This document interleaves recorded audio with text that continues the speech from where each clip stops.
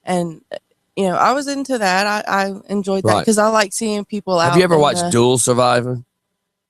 There used to be a No. guy. They've now switched people. There used to be two different guys. Now it's these two guys.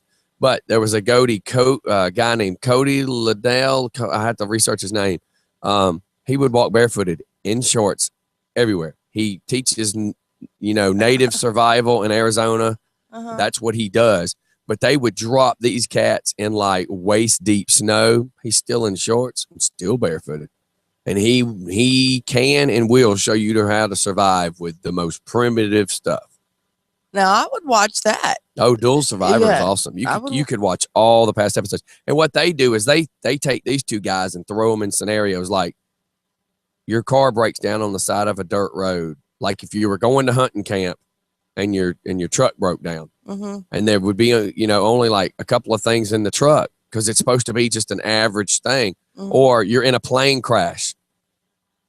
So they'll drop you somewhere, and these guys start finding plastic bottles and trash bags and all sorts of stuff, and that's what they use to survive. Like one of the craziest but / coolest episodes I've ever seen. So one's a Green Beret, and then there's Cody, who's the primitive survival. So it's getting down to like 18 degrees. Wow. They build this lean-to. The Army guy had one of the silver metal reflective heat blankets. Yeah. So he builds a hut and has that as the roof, and then sticks and all this other stuff on it. Well, because the wind's blowing, they're freezing. So he then has some clear 6 mil plastic that he found and puts that on the front of the lean-to. So now if you look at it, it's shaped like a triangle. And he has this front of the lean-to like, 5 or 6 feet from the fire. And Cody's outside next to the fire trying to stay warm, but he can't. The wind's just killing him. And the other dude's in this little lean-to that's now like 65 degrees. And he's like, Cody, get in here. And they get their little, no, I'm going to survive. And what happened is because the metal reflective stuff holds the heat in, the clear plastic allowed the heat to get in and no heat to escape. And it was kind of cool when you hear how they do some of the things they do. It's just really cool. It just goes to prove that we could survive if the electricity cut off, y'all.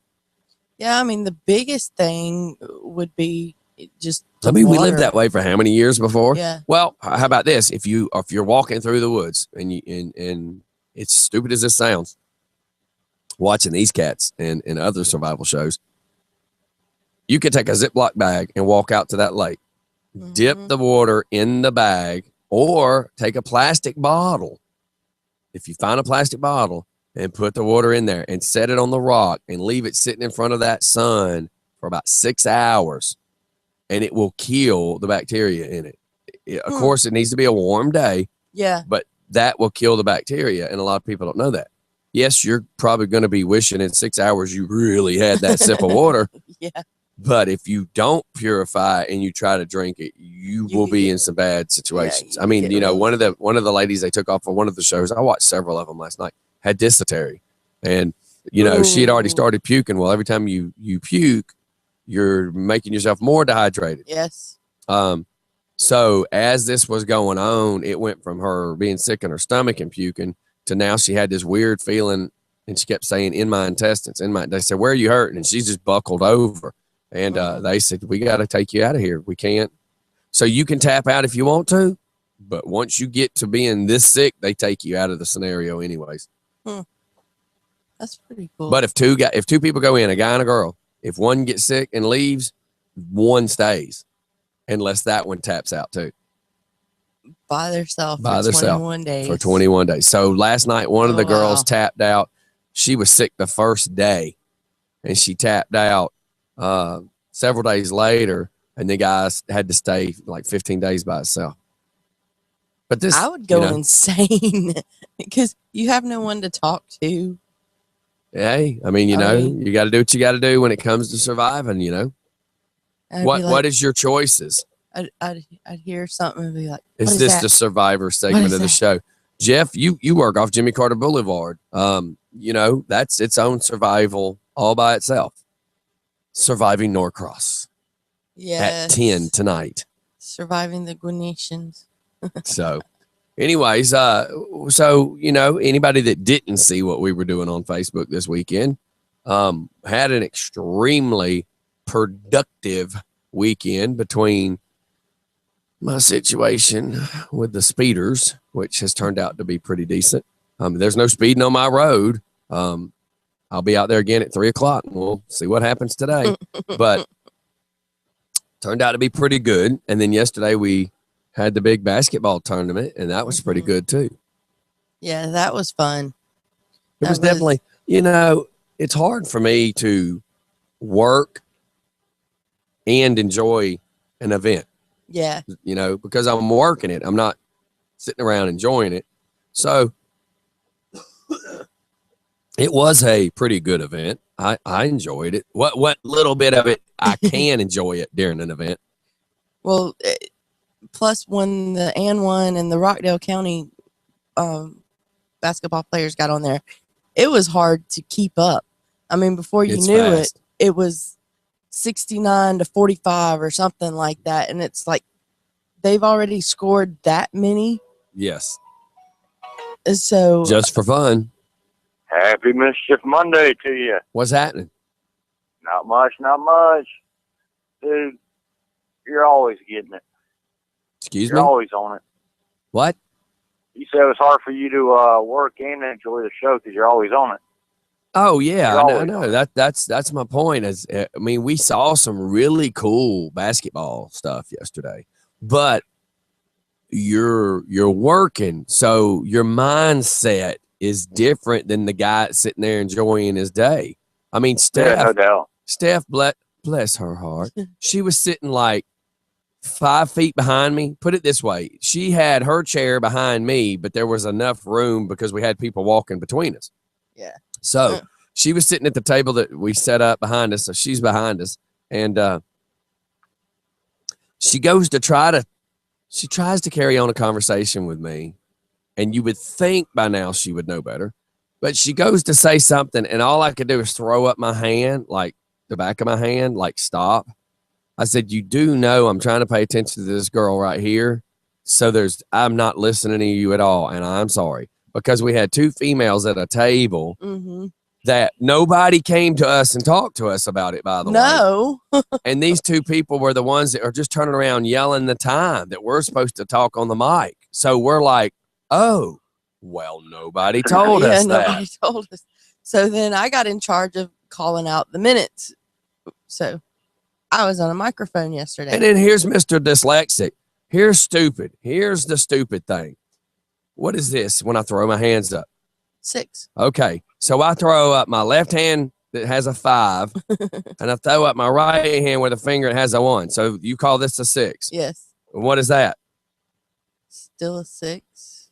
Still a 6. And I'm just moving my hands around where the left finger might be the 1 and the right could be the 5. The problem is she just kept turning around with different fingers. Like she did do that. I'm like, really? And then when the kids were up there taking, and how about this? She holds up 2 hands with her thumbs folded in. Yeah. That would represent 8. 8. Yeah. And said the words and mouthed it. So I read her lips too. She said 7. Yeah. I saw that. So I call out 7 minutes, and she's shaking her hands like pom-poms, going, no, it's 8. And I'm thinking, that's not what you said. Well, they were actually like almost arguing amongst themselves. Well, I wouldn't use the word arguing. Yeah. They were. The Porterdale Public School. No, it wasn't Porterdale. No. But because, like the one lady would tell us one time, and the other lady would say, no, this is the time. And then she finally looked at me and said, just pay attention to me. That's why we got to the point of the faster match at the end. Oh, I said, Steph, go up and find out which 2 of those are the ones we're supposed to listen to, and that's the only one we're listening to. Yeah, how cool was it being able to photobomb Neek, though? That was funny. She's trying to get a picture of Brad and him, and I'm like, well, pal, how you like that? Because, man, That's pretty oh, cool man. meeting him. You should have seen old Brad. Man, Brad was on point. Like, I brought up Brad because Brad knows everything about sports. I said, Brad, I want you to announce Dominique Wilson coming in. And Brad was like, okay. And, man, when Dominique came in, Brad lit it up. I mean, he said, the one, the only, the man that created. And, I mean, he's just, like, spitting out everything about the guy. And it was just cool. It was super. It was absolutely How super. cool was it meeting him right after the Hawks take the Eastern Conference? Oh, and see, yeah. that's why I said, you've got to come, Brad. You've got to come. And he even showed up in his Hawks shirt. I'm like, you got to come you got to do it. And it was so funny because he got one of the event shirts and he was wearing it while the event was going on. But when we got word that Dominique was fixing to come up the walkway, he changes his shirt real quick and puts back on his Hawk shirt. And it was too funny. But it was awesome. There was another fellow there who is a rookie for the Atlanta Falcons. And I am so bad at, because I don't remember his name. But Grady, and I can't remember his last name, but Grady was there. He actually graduated from Rockdale County High School, 2011, wasn't it, Scotty? Yes. He graduated. He was class of 2011, and then he went and played ball. I believe they said Clemson. Yes. And then now he was drafted to Atlanta Falcons. So we have one of our Rockdale own that will be a rookie this year for the Atlanta Falcons. His name is Grady Jarrett. Grady Jarrett. He was a Rockdale High School graduate, recently NFL draft pick. Grady Jarrett, Atlanta Falcons. So I'm going through what we confirmed yesterday as a text message. So I'm kind of going through stuff. No different. Hopefully it makes it. It's really tough. I actually did a service call on a bed for an Atlanta Falcon. And way he was explaining it is you only have like 3 years to actually make the team. Yeah, to show them what you're made of. Right. And after that 3 years, you're gone. You have to go somewhere else. Yep. It don't matter whatever. And this guy was the backup for Tony Gonzalez. And Tony Gonzalez retired the year after. This guy was his last part of eligibility was. So if Tony retired that first year when he mentioned it, this guy would still be on the team. Wow. But he ended up leaving, went up north, played on the team up north, and then just decided to get out of it and went into personal training instead. He was a pretty cool dude. It was kind of interesting. We met another guy, and I don't have his business card. It's upstairs in my wallet. He just retired from the NFL, and he walked up to me and Oz at the very end. Everybody was gone. I mean, Oz was walking around picking up cups. Oz was walking around picking up trash that everybody threw on the ground, and he was by himself. And anyways, that's a whole different story. I'm just saying, I was just shocked. He's walking around picking up trash, and I'm thinking, we'll talk about this in a second. Okay. But anyways, this guy walks up, and it was just amazing. A big old guy retired from the NFL and said, hey, you guys have been doing some really good stuff out here. You know, we've been hearing about it. He says, I want to come out here and start helping y'all do stuff. Cool. I'm like, cool, man. You know, maybe we can get him on the show. The word's getting around. Yeah, it's awesome. You know, it's awesome. Trying to, you know, and several people, as odd as this is, there was one way to drive in on the grass to get back to where we needed to be. Mm-hmm. And 2 cars parked and blocked us in. Yes. So there was a barbecue guy, the guy that had to tear down the tents and the chairs and tables and stuff, and then me. So the 3 vehicles, you know, in this whole park were just stuck for like 30, 45 minutes waiting for people to move. If you had that new Just for Fun bus, you could have just driven over them. Well, yeah, if I had that 4-wheel drive one I want, you know. Oh, you saw the one I posted for you, right? No, I did not. Where is it at? Is that on your page? Yeah. Okay. You'll see it. I'll go there right now. Yeah, You because just gotta keep Stephanie away from the keys. So. well, that's a no-brainer. You got to keep Stephanie away from everything. Nuh-uh. Now, when you see this new one, you'll understand why. Oh yeah, that's the one I want. That's the one I've seen pictures of before. It's more of an RV, but it's definitely what I want. People would get out of the way. You know how much attention we would get in that stuff, but you would not be allowed to drive cool. it. You couldn't drive that. You keep it away from mud holes. That thing would only get like 3 miles a gallon. I don't romp on the gas like some people. No, that's why we would not have you driving it. That's you know.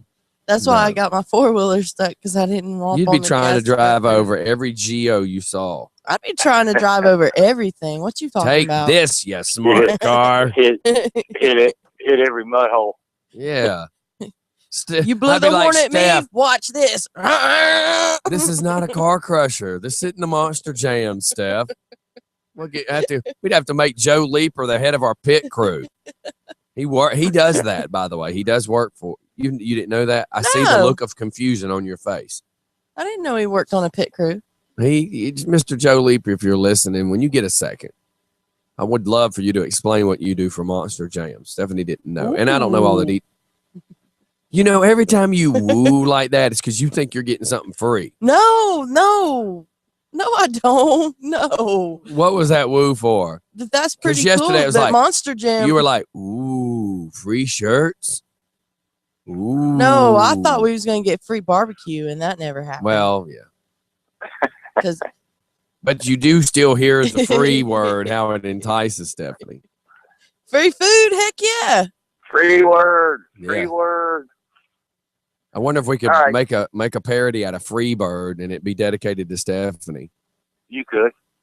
All right, I hear you fixing to get out of here. So have a good day. Yeah, I'm on my way to work. So all right, man. Kind of dragging this morning. My back's still kind of all jacked up. Then injured the top part of it yesterday morning, just trying to get coffee, pinching nerve in my back. So wow, getting old, man. Hey, I knew a chick one time. I'm not lying. She had a bad back, and usually it was if she moved and picked up a box or something wrong at work. This is no exaggeration from the truth. She walks out to the mailbox. She gets her mail. Within 2 or 3 seconds, she's like, oh, man, there's a Ziploc bag right there next to my mailbox. And then like an old newspaper. So she goes to lean over to get the Ziploc bag. And something about the way she was standing when she leaned over, her back went out. And she had to crawl from the mailbox to her house. And all the people driving by just watched her do it. Yeah, nobody even asked, do you need help?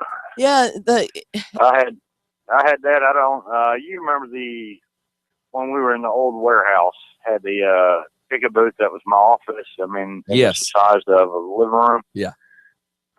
Had ABM came in to load out, and there's a sofa in the way, and it's one of those styrofoam. Literally, the entire sofa is made out of styrofoam.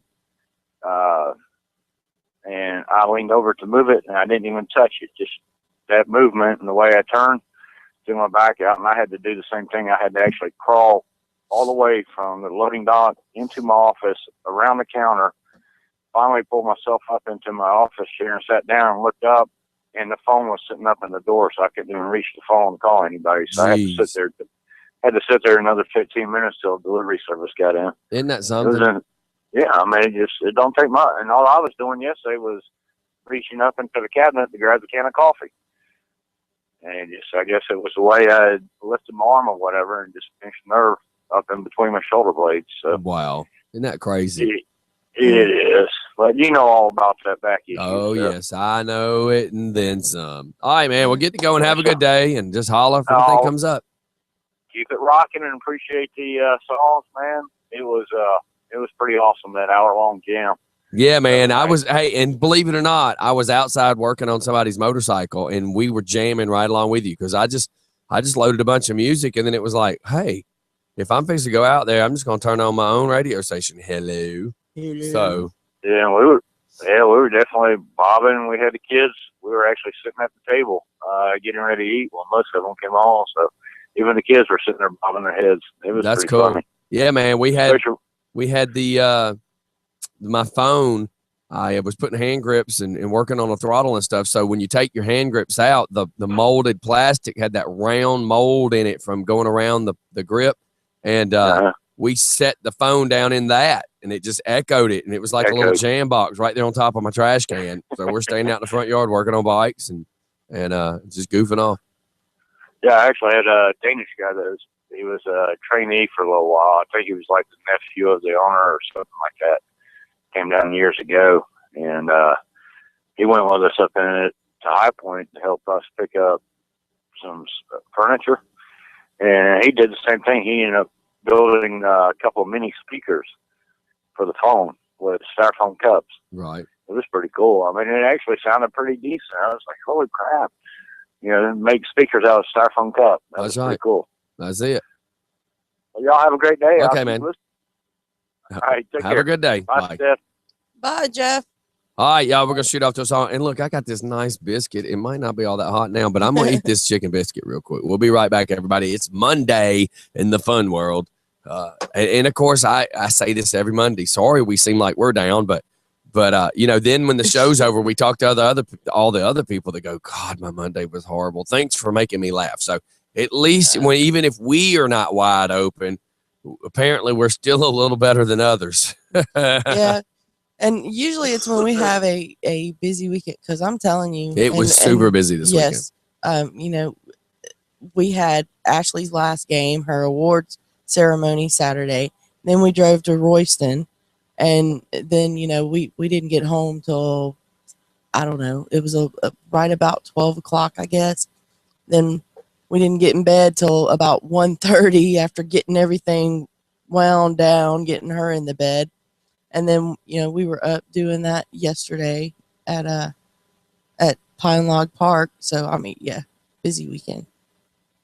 Okay, we'll be right back, everybody. I'm trying to find this one video for this new washing machine that has come out from Samsung. Is that the one you did something with? It was like seafood blue or something. It's got a sink in the top.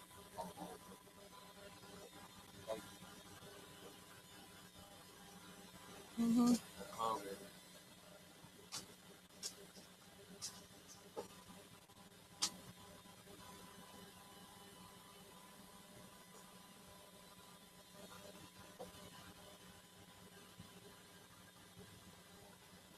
Sorry for anybody watching video as we eat.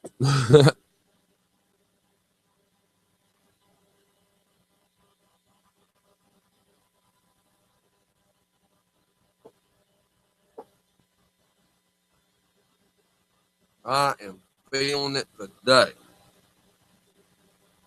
I'm not doing anything today. Are the people still coming out at 12 o'clock? I have no idea. I've not talked to her. She's not one time hit me up since Saturday.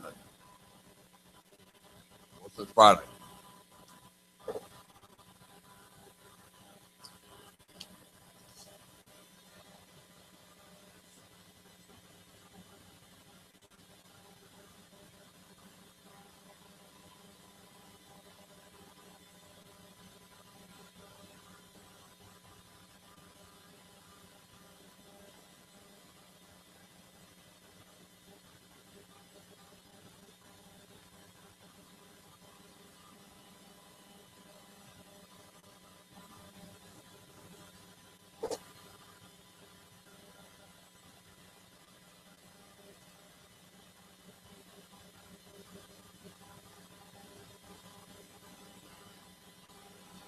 Oh.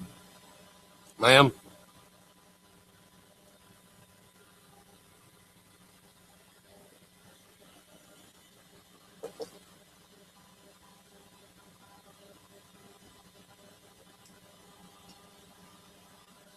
It's from Little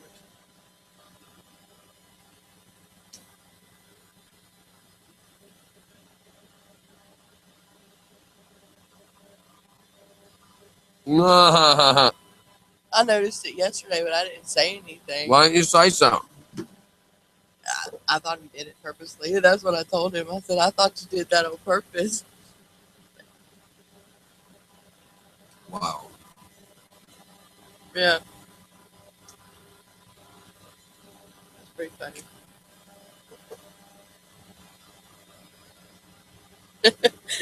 And he just sent that because I said, because I told him I thought you did it purposely. And then look at that laugh.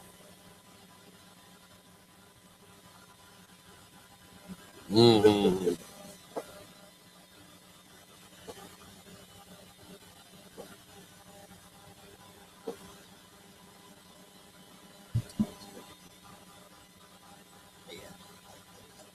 That was funny. Because I said something to Travis. I said, did you happen to see the shirt that little Richard was wearing? And he was like, no, I didn't. And then I told him, and he was like, he said, oh, and nobody said anything? And I said, no, nobody said anything. And then we laughed.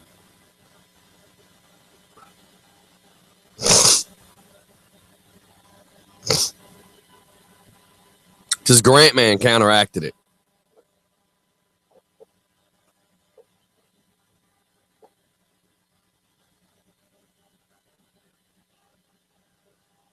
All right, we're back, everybody. So, little Richard, throwing him under the bus. It's too funny not to. No, yeah. So his wife, he gets home from coming to see us with his son. Key word is son. And his son's in a wheelchair. His son's disabled. He's one of the fragile kids that we do an event for. Yes. So he shows up with Grant Man. I never look at little Richard's shirt. Apparently, neither did little Richard. So here you're at this event that's predominantly Black. It's very multicultural. There's tons of different people there. Yes. The NAACP people went and set their table up in front of my bus because I had my awning out. Mm-hmm. Let them sit in the shade. I didn't have a problem with that at all. Nope. I turn around and in one quick moment, there stands little Richard. It looked like he was sitting, but it was him standing. With Grant Man. His son. He then sits down for a little bit behind us, and it was just real busy, so we didn't get to chat with him a whole lot, but he got to watch some of what we were watching. Mm-hmm. So read the text message that you just got. And sorry for throwing you under the bus here. But it's too good not to. But it's too good not to. And it was unintentional, mm-hmm. and it was very harmless. Yes. But this goes to prove the puppy syndrome or the baby syndrome. A single man can walk through the mall with a baby and mm-hmm. get tons of attention, mm-hmm. and they don't pay much attention to the guy because they're paying attention to the baby. Mm-hmm. Or a single man can go walk through the park with a cute little puppy, and all the women flock to the puppy. Mm-hmm.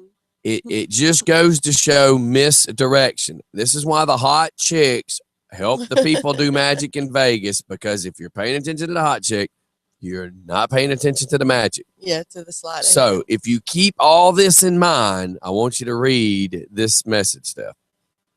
I got home last night and my wife asked me if I knew what shirt I was wearing. I looked down at it, and to my surprise, it was a Dixie Outfitters bass fishing shirt with a Confederate flag on the front and the back. I had no idea. And you wore that out of all shirts to wear. You wore that. And I said, I sent him. Of course, it was unintentional, but the funny is that you wore that. Yeah, and he sends back because I said, LOL, yeah. Did you have your Klan hood in the truck too? Just say it. And he said, I wore it all day, and it never crossed my mind that I was wearing that. LOL. That is just some funny stuff. That is too funny. Yes. Yes. It was good. Just for Racism Radio. I'm just kidding. I want to be very clear with that with everybody. It was just totally a joke. Yeah, that was a joke. That was just funny to just she slides this over to me and I read it and I'm like, oh no, I didn't even notice. I was so busy I didn't notice. I had no idea. The whole time I was there, I had no idea. I never looked down at my shirt. Yeah. So you had no clue till she brought it up. Exactly. Oh my the gosh. front patch up on the left chest area is like kind of just out of sight when you look down. So you don't think nothing of it. It's a small area up there, and then on the back, of course, I don't see anything on the back anyway. But the one on the chest was real small, and it had just a little rebel flag. It's pretty faded, so it worked out. If we didn't notice, hopefully nobody else did either. I mean, I don't really think it was a big deal, but it's just funny. It's just straight up it's funny. Hilarious. But the bass kind of covered up the Confederate flag. Okay, I mean, I'm just thinking it's just funny. But I saw it, and like I said, I told Travis when we got home, I said, "Did you happen to see the shirt that Little Richard was wearing?" And he said, "No." See, he didn't even really pay attention, and he pays attention to everything. And I said, "Yeah, it was a Dixie Outfitter shirt." And Travis just went, "Oh," and nobody said anything. I said, "No, apparently not." And then he just laughed. That's just too funny. At least I didn't go get a pamphlet up there at the guys at your bus, so I think I was unnoticed. Well, yeah, because I guess you're a registered voter. If a picture. If I'm thinking of the way the angle all would have been, if a picture would have had your back standing in front of their table with their banner and just for fun behind it, that would have been like, well, no, it would have been really. It would have been funny. It would have been really funny. Yeah. Yeah, just for fun. It'd have been extremely funny. Oh my Lord. Yeah, that would have been. I was completely clueless. I was like, oh Lord. And I actually was tempted to call you last night and apologize because I literally had no nobody idea. knew until you just did this. We didn't know. Or you probably could have got away with it, sir, if you just would have kept your mouth shut. Or if anybody, I had to share it. I know it. That's too good. It's too good not to. Yep. And if any of the other fellows saw it, I mean, they probably didn't think much of it. I mean, it's a shirt. It's a fishing shirt. Exactly. And it was so faded. It's just comfortable. That's why I wear that shirt. It's just probably one of the more comfortable cotton shirts I got. So, and it fits loosely, and I didn't have no problems. But, oh, Lord. I usually fish in it. Now, were you there when Dominique was there, or had he left by the time you got there? I had to leave. Yeah, I left about a little after 4:30. So you didn't get to see him? Because I would have loved to have got a picture of the two of y'all next to each other. Oh, that would have been awesome. That would have been. Or have him like holding Grant in one hand, because that kid probably could have palmed Grant. Probably, yes, probably. Is he Catholic or something? No, come on now. Palmed, that's like a basketball. Come on. Steph's just giggling. Like no noise is coming out of her mouth. She's just shaking her head and giggling. I think you tickled the funny bone. I guess I did. Y'all are bad. Bad. Man, y'all are going to hell. This Monday morning is like tough. Yeah. We didn't realize how exhausted we were going to be. And listen, let me tell you this. So thank God Travis is Travis. So the roadie is like, he knows my brain's all engulfed in this. Yes. Steph, we're not sure where her brain was, but Travis was standing out from under the awning and was just kind of looking at the sky. Didn't say a word, right? He's just monitoring it. Yes. And then then about the time that we needed to know, he comes under the tent with his Doppler radar open and says, "This is coming." He's like, he's already been on this like 15, 20 minutes. 30 minutes. He's been watching it. And he's like, we could get lucky. Then again, we might not get lucky. Yeah. So then I opened my Doppler and it showed a projection of where they thought it was going to be. So we're like, okay, we're cool. We're about 45 minutes away. Mm-hmm. Then the next thing we know, it updated and showed it that we were in a direct line of it. Mm-hmm. Could possibly still miss, but it could possibly get us. Be right on top of us. We were actually, this is so ironic. We're down to like the last 5 minutes of the game, but 5 minutes could turn into 30 as far as a game. Oh, yeah. So I look at the other DJ that was helping us and I said, listen, your stuff is a whole lot faster to tear down than mine. If you'll kick over and start playing the music, let me start tearing down my computer so that it's less stuff for me to tear down. So we start tearing down microphones that we didn't need, computer. we're getting all the bagged stuff, the stuff that we put in these cases that would, you put on your shoulder so we can run. Man, Mike Myers looks over and he's like, 1 minute. And we're just like, as we're cleaning up, we're like, cool, 1 minute, because the black clouds are now on top of us. Oh, yeah. So and the literally, Oz goes on the microphone after the end of the game, tells everybody, look, there's a thunderstorm coming. We've got to tear this stuff down. And thank God we had help, a little bit of help to help us get some stuff put in the bus, because we were running. Like, I had 2 of my speakers and I ran. Here I am with the bad leg, and I ran up that dirt hill. But we just knew if the bottom fell out, the word screwed is nowhere near how bad it would have been, because everything would have been drenched and there'd have been nothing we could have done. I'm just gonna have to. I keep buying equipment like new mixing boards and new microphones, and in my mind, I'm used to construction, where if I have to buy this drill to do this deck, then it was acceptable. In my mind, it was acceptable to buy this nail gun if I needed to do this, because I had to have that so I've now got my brain into the DJ world going, okay, so if I have to have this computer to do this, I'll do it. If I have to have this speaker, I'll do it. And I'll spend the money and I don't feel guilty. Now it's like, I have to have a better pop-up. I'm just going to have to spend the money and get one. Oh, yes, most definitely. So, because if a big rain would have happened, we could have pulled everything in and put the subs on wheels. Let's go ahead and put the subs on wheels. Right. So we could have literally rolled everything right under the tent. Oh, yeah. It'd be neat to get one of those with the screen around it to keep people from getting to us or coming through where we have cords. Oh, yeah. One little boy just walks up and sits down. Yeah. And I just looked over like, really? Yeah. And he went to set his drink on my table, and I'm just like, really? But it's because they don't have the concept. They don't know how much money's sitting on that table. Don't do that. Yep. Well, I'll have to say, my son enjoyed the crap out of that. I mean, he loves watching anything fast, anything sport-wise. Man, if you would have saw the last one, oh my goodness, y'all almost would not be. Put it this way, the last one, the only thing I could say to my wife is the NBA on steroids. Yeah. Dang. They moved so fast.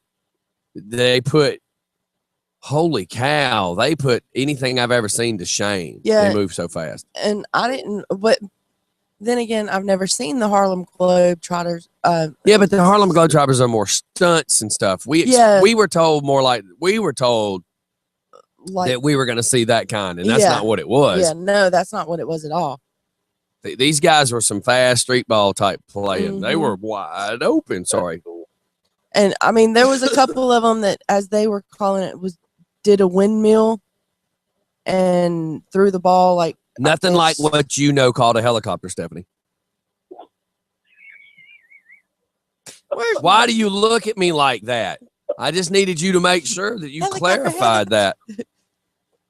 No, the guy, I guess he would kind of go airborne and then throw his arm way up, I guess like a windmill, and dunk the ball. It was pretty cool. Everybody, you get that? You get that image?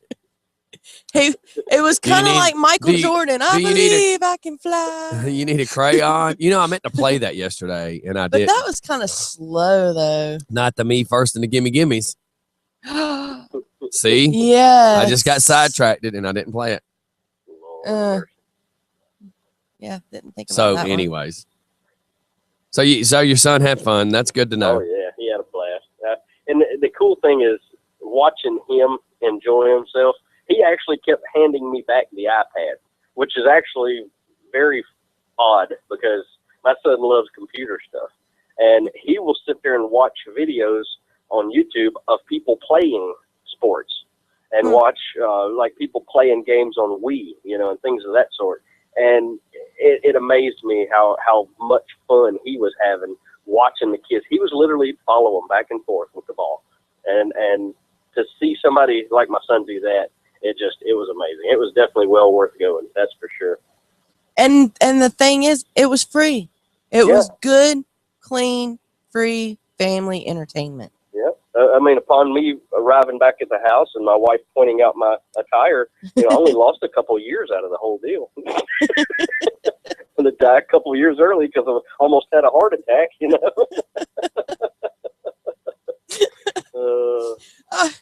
I wish I could have seen that expression on your face when your wife first pointed that out to you. Oh yeah, wouldn't that be amazing? You thought I was white? No, I turned a little whiter. Oh yeah.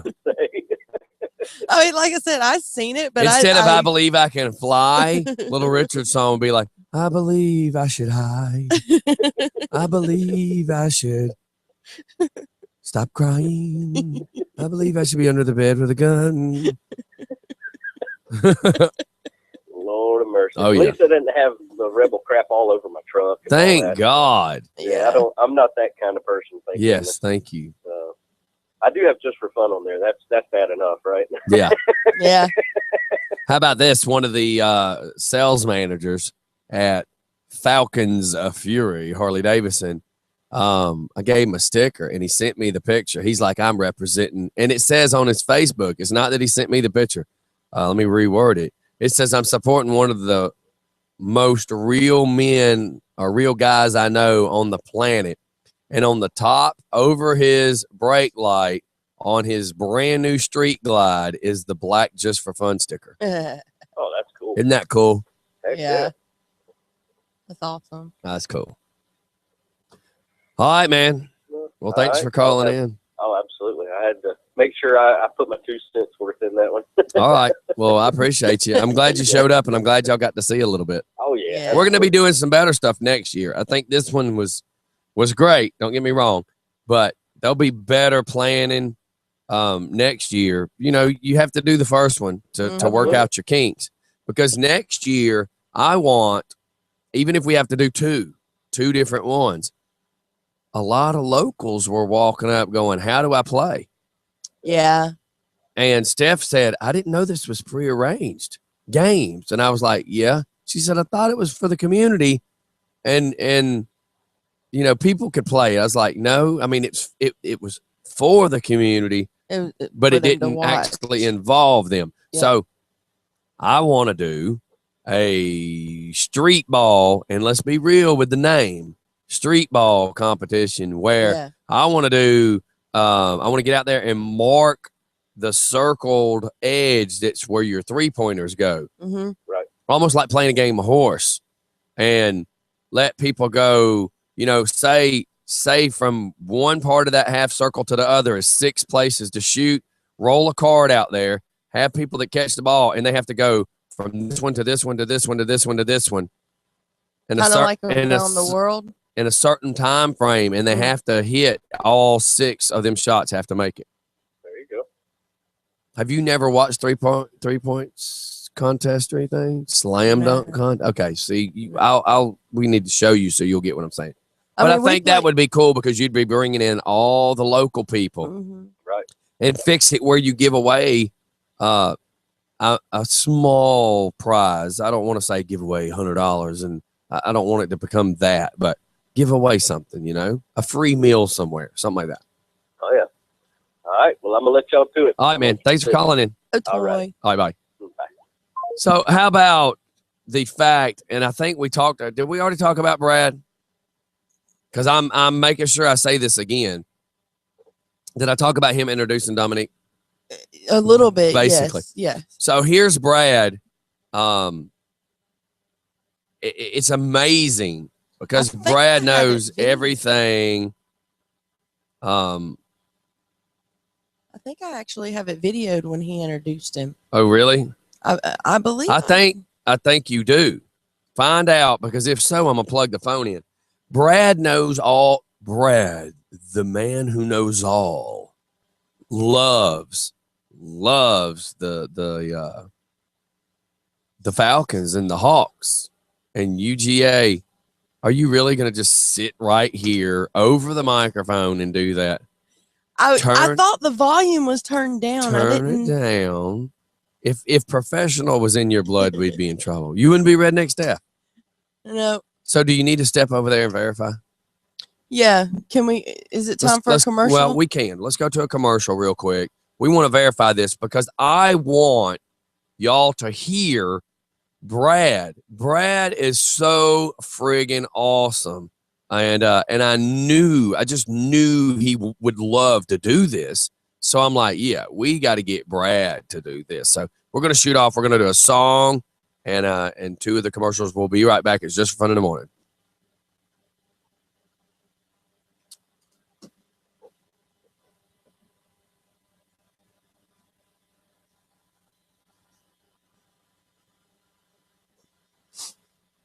Is it worth the crap?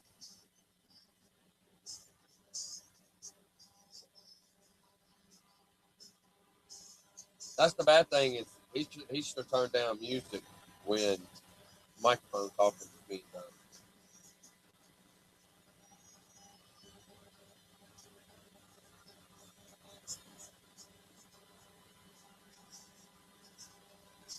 You need to send this to Brad.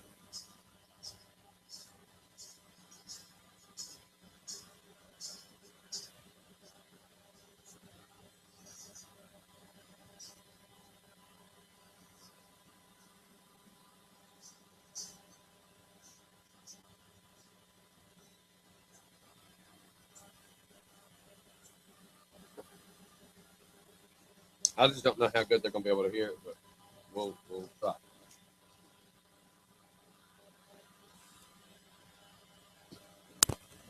God damn, I'm stuck. How do they expect you to plug anything into that? Send the video to me. I don't know. Because of the way I recorded it.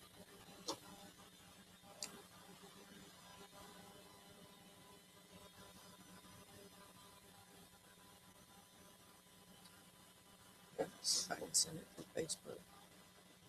Just private message.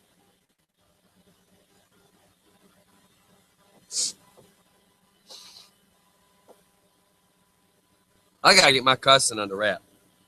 Mm-hmm. I need a hypnotist.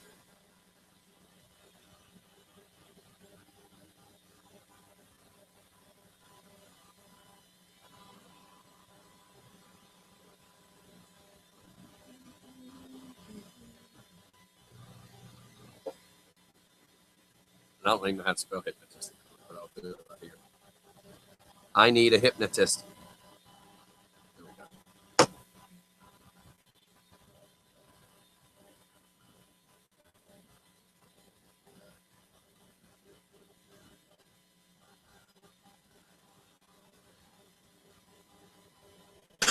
we go.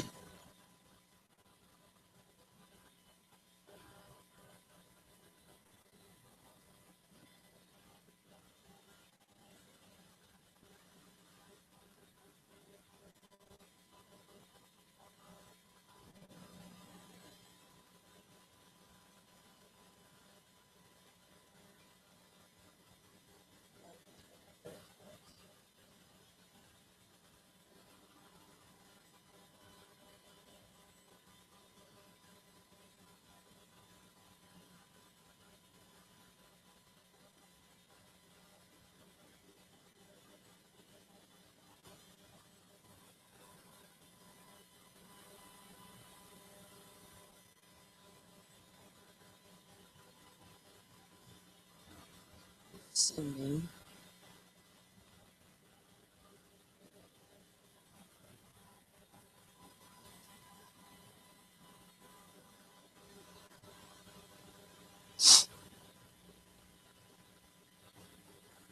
And where's it going?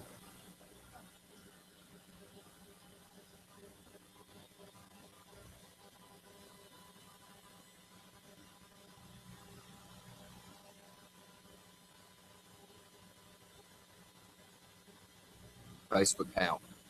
Private message. It's like trying to send. Yeah. You don't even have to show it to me. Just yes. I just didn't see it yet. That's why I'm asking. Well, it's all it's almost golly, Steph. I'm telling you. You're telling me what? The taking that gabapentin at night and not having something to wake me up. Like, thank God I had hid that one here. Why don't you take the gabapentin way before you go to bed. I take it at like 5 o'clock. Oh my God. Yeah. But that's the difference between between the 600 and the 400. Because Saturday night, I took a 600 because I was hurt. Holy cow. Watch. And then last night, I took a 600. Look. Victim reports being robbed and beaten by a large group of males at night. Yeah. That was Wednesday. That explains why the cops were there so hot and heavy on Thursday. Excuse me, I did not mean to do that in the microphone. It shows that it was sent, so yeah. You got it? Okay. So what does that say?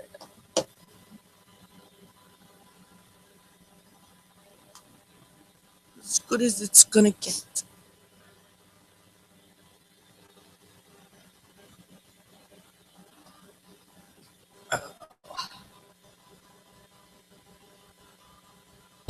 All right, now if I get everybody to look over towards this chain link fence and look who's walking up. Good God. That was loud. There was no pause. Oh, it won't pause? I'm going to save it to my phone because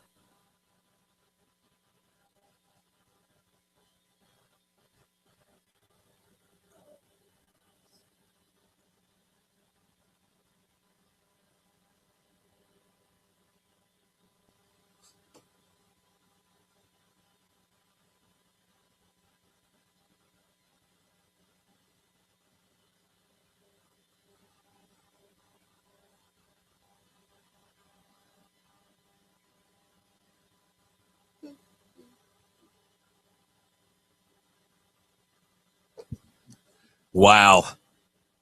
That was loud. Yeah, it was. We'll go back and I'll have to warn everybody to be prepared. I mean, not so much for the loud part, but the part is club DJs. Let's word it this way. They in their brains like to have the music pumping while you try to talk. Yes. The problem is people like me that know how equipment work know that you can't do both. Yeah. All right, everybody, we's back. So look, I'm going to play this video of Brad introducing Dominique Wilkins. Yes, it was pretty cool. Hopefully you'll be able to understand him over the background music. The background music was way too loud, which is a pet peeve of mine. It's just a pet peeve. A lot of DJs, they know music. They don't know equipment. I know equipment. You can't, speakers can't play people talking and the music pumping and you be able to understand the voices. So unfortunately the music a little too hot. But anyways, try to hear this. Brad knows everything there is. I'm like, Brad, I want you to introduce him. So here we go. All right, now if I get everybody to look over towards this chain link fence and look who's walking up right now. It's a Georgia sports legend, NBA Hall of Famer, the erector. The reason they call it the Highlight Factory, the human highlight film, Dominique Wilkins is in the house. Ladies and gentlemen, yes. This is one of the walking legends in Georgia. Yes. And that was neat because then, Brad is sitting there hugging the guy. Like the guy walks straight to Brad. Yeah. And it's on video. So I'm going to turn around and try to get this to Brad as well, because to me, I love what I do. Mm-hmm. There's no doubt about it. I'm not a sports fan. Mm-hmm. It was terrific to meet him. I met him years ago because back in 1990, I worked on his pool. So I was at his house 4 or 5 times that summer working on his pool. There was problems with the motors and the lights and time clocks and stuff. So I was always over there anyways. But when you meet a guy where he just walks out and talks to you about his pool for a few minutes and goes back in, you're like, oh, because he was at the height of his career in 1990. And, So meeting them now is cool too. Don't get me wrong. But I was also working both times. And yesterday was very busy. I didn't have time to, I don't know. I didn't have time to swoon them like Brad. But to Brad, it was so perfect for Brad to introduce him. And with that being said, excuse me, I'm going to lead into the sports. So here's Brad doing our sports. The Coach's Corner. Good morning, just for funners. It is Monday. As woeful as that is, it's still Monday. So get up and let's get going. This is your Coach's Corner with Brad Johnson. Yesterday, the Bravos and Shelby Miller, the man was on freaking fire yesterday. Oh, Shelby Miller gets the 2-hit complete game shutout, 6-0 over the Miami Marlins for the Atlanta Braves yesterday. The better part of that game was Shelby Miller took a no-hitter into the 9th inning, 2 outs. Oh, wow. He gave up a hit, 2 hits there at the very end. Almost had the first no-hitter for the Atlanta Braves in 21 years. The Braves are off today. They will pick up a series starting tomorrow against the Tampa Bay Rays. In the NBA yesterday, you had Game 7 of the Western Conference playoffs there. You had Houston over the LA Clippers, 113-100 there in Houston. The home court advantage was just too much for the Clippers yesterday. So that series is now over, and they will be playing the Houston Rockets, that is, will be playing the Golden State Warriors. And then here in hot Atlanta, you will have the Cleveland Cavaliers and your Atlanta Hawks getting it on at 8:30 on Wednesday. But more importantly, there was another little basketball tourney going on in the county of Rockdale, city of Conyers at Pine Log Park, put together by your Rockdale County Commissioner Oz Nesbitt. And more importantly, DJ Scotty, Redneck Steph, her husband Travis were on point yesterday, kicking it with some major sound, and more importantly, some major support from the Just for Fun crew. Great job by the crew yesterday. A little collaboration with Live 106.1 and DJ Easy B there. Had a few visitors, some famous folks, you would say. Dominique Wilkins showed up yesterday at Pine Law Park. Rookie signee of your Falcons defensive tackle from Clemson University, Grady Jarrett, was there yesterday. So looked like a great turnout and just a great job. A huge pat on the back to the Just for Fun folks for all their efforts yesterday. So guys, y'all have a good Monday. Be safe. This has been your Coach's Corner with Brad Johnson, and we will see you. I am so proud of Brad. Mm-hmm. Brad just impresses me more and more and more. The times I hang out with Brad, I feel honored to hang out with Brad. Try to word it right. Like when I hang out with Brad, it's like when I hang out with a preacher I know. It's just kind of like, wow, dude, you're pretty good. Pretty good guy. So it's just impressive to me. That's all. Yeah, he is pretty I'm cool. just impressed. And for that to be his first actual event where he came to help set up, I mean, he did pretty good with that too. Yeah. And I told him, I said, man, thanks for all you did. And he said, I didn't do nothing. I was like, dude, yes, you did. You came out, you helped me set up, you introduced somebody that I would not have been able to, because I would not have had said information. I wouldn't have been able to do that. So to me, that was pretty cool. That was pretty awesome. And again, he did something I wasn't going to be able to do. I definitely wouldn't have been able to say everything that he said. You'd have been tongue twisted. Yeah, and I'd have just said, and introducing now Dominique Wilkins from Atlanta Hawks. That's right. It is what it is. So, yeah, I mean, yeah, it's just really cool. I'd have dumbed it down. Yeah, because I don't know that you could dumb it up. Or redneck it up. Is it possible to dumb something up? But, you know. Hey, this goes back to Ask Steph. His Dominique Wilkins speech when after they did the whole Dominic Wilkins Day. I wished I would have got that recorded because he said some very, very I do have that things. recorded. Somebody was on point. I was listening. Mm-hmm. and for instance, what I do now. Can I ask you something, honey? And I just need you to be honest. What?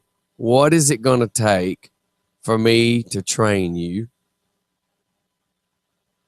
Do you see that screen? Which one? That one? This screen that I'm looking at. What can you already see is wrong with that video?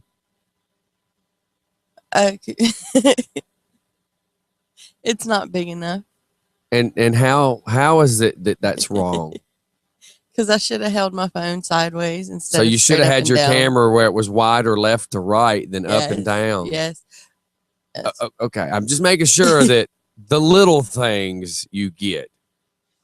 Yeah. If you would like to run the rough edge, I will be more than happy to let that be part of your show. We would have the rough edge and the rougher edge, and you could run like Joey could do the rough edge on Thursday, and you could do the rough edge. Rougher edge. It'd be Dumb and Dumber so it would be rough edge So there you go, or rough edge rougher edger, something like that. And I will give you a Friday night that you can. But and I'm not knocking you because you do a lot, but I need you to focus. I feel like Karate Kid here. I just need you to focus. Yeah, I'd be playing all the hair bands. And then she's like, I don't know if I can send you the video because of the way I recorded it. Well, why didn't you record it the right way? Because if I record it to where you can send in an MMS, it is all, the pixels are all because grainy. It's a cheap phone. Again, with what we're doing, we need to step it up a little there, sister. I don't have $600 to spend. How did your husband get a good phone and you get a crappy phone? He has the exact same phone that I did. No, but he had the better phone. Oh, because he bought it from a guy that he worked with for $200. Mm-hmm. And then it was still under warranty because it was less than a year old. And so when it started acting up, I'm just hearing the tune to be happy. Oh, trust me, I want the Samsung 6. I would love to have the Samsung 6, but I don't have $650 for a phone. That's a bit ridiculous. Don't worry. All right, so you got any news stories? Oh, yes, actually I did, but I was looking at something that something that probably had nothing to do with us. Actually it did. Jacob talking about hypnotists. Yes. But how funny is this? Do you know what has a more attention span than a human being? A gnat. Close, but no. What? A goldfish. Has more than us. Has more than us. I know it has more than you.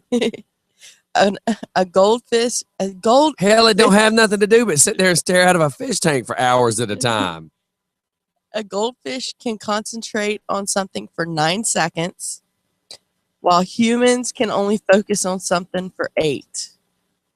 And I tell people that you only have between 8 seconds and 30 to keep somebody's attention while you're on stage.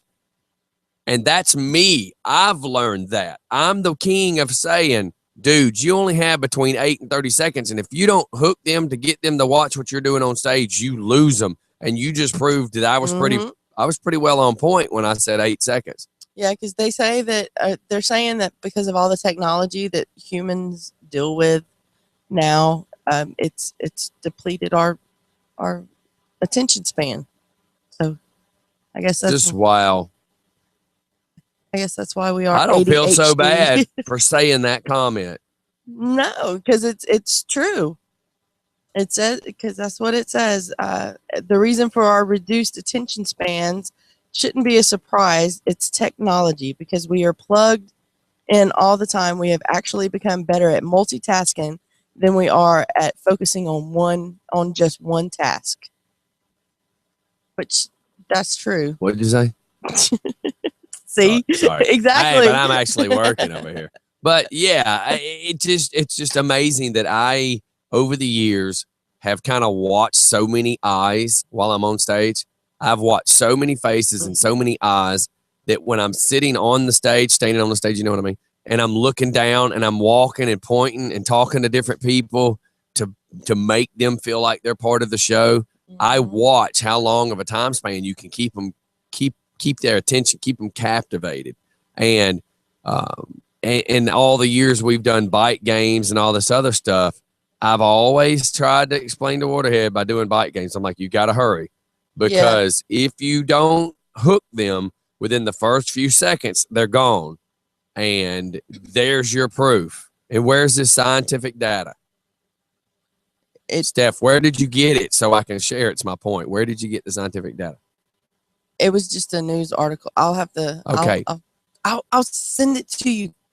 You lost your own attention there for a second. No, I was going to another news story. Okay. That was a news story. Yes. Okay. So you have it, but what I'm saying, it's a news story. So it's not just something you read off Facebook. No. Okay. That's what I was getting at. No. Yeah. Okay. It wasn't on Facebook. Yeah. Okay. Sorry, that story lost me after 8 seconds. I just can't. So I wonder if that's I'm just reading a text message. I wonder if that's just goldfish or fish in general. That would be something interesting to find out. But how do they know? I mean, that's kind of weird, I guess, to do experiments with goldfish to see about their attention span.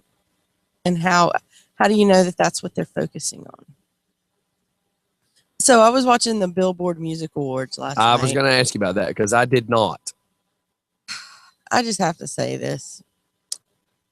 You know, I love Mariah Carey. But she sounded absolutely horrible last night. She was so out of tune that it wasn't even funny. She is such an oddball here lately that I don't know what to say. Because when you see her, okay, come on. Let's just call it what it is. Mm-hmm. She's always high. I can't. Don't quote me on it. Don't send me no lawsuits. But I mean, if you could spell your name and sign it, and you weren't high to do it, then we'd be okay. But she just appears, in my personal opinion only, she appears to be medicated a good portion of her life. I mean, the first song that she did, because she did a couple of songs, she was... Pardon me, y'all. She was like... she wasn't as high-pitched as she normally is. She was like an octave lower. And it just sounded awful. But then by the time that she was done with the whole set, the very last song that she did have that at the end, you know, that let's check high this call pitch. Just for fun. Hello? Hello? Hi, this is your neighbor. I think you know which one. Somebody pulling us? So, Mariah. I get back to Mariah. Yeah. I mean, the very last song she did the high pitch squeal, but, you know, several different times you could see, and you could tell that she knew she was off key because she kept putting her finger in her ear, you know, so she could try to fix it. But, right. You know, she looked great. She just sounded horrible. And then the question don't look great. Did she look medicated? No, she didn't. She did not look medicated. She really did not look medicated. Like I saw an interview a couple of days ago, and she really truthfully was medicated during the whole discussion. And it was just like, how do people function this way? And I guess if you have an assistant and an assistant and a manager and a publicist and groupies and your homies, and maybe there's enough people to carry you to your car and to your hotel room, but I don't get how people can function. Because I'll tell you what, you give me one of my gabapentins, I go to I know. bed. Look what happens to you the next day. Yeah. You might need to cut them pills in half. Yeah. Yeah. But that just goes because like to the show. last week, you've been a little slow, and maybe it's some medication reasons. It is because I had to stop drinking the monsters. Well, maybe go back to snorting some cocaine before you come in here, Steph. If that's gonna make it better.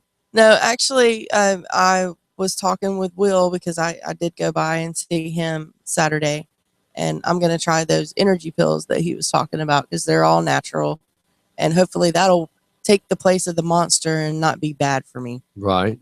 So hopefully that'll work. And my doctor, I talked everything over with him because of all the medication I have to take now. Boy, I tell you, I turned 40 and it just went downhill. I don't know that turning 40 helped or caused anything. I'm not sure how to explain that one there, Steph. But getting back to the Billboard Awards. Oh yeah, let's go back to that. Kanye West was there. Oh my God, why do I fear what's fixing to come out of your mouth? Well, to be honest, I want to be honest with you. It's because of dum-dums like him is why I don't watch the awards anymore, because I fast forward through all the bull crap talking and then get to the winning the award. And then I even fast forward through a lot of the singing because most of the singing is either not so great or it's lip singing. Yep. And there was a lot of that last night too. And why do I want to watch that? Yeah. Yeah. Maybe doing what I do has destroyed my image on or my impression on the music business. But I don't know, some of the cats we've had come in here that could just sit right here and play are more impressive to me than the ones I see on television. Yes. The reason is I love every person that's, well, just about every one of them that's come in here and sat down. And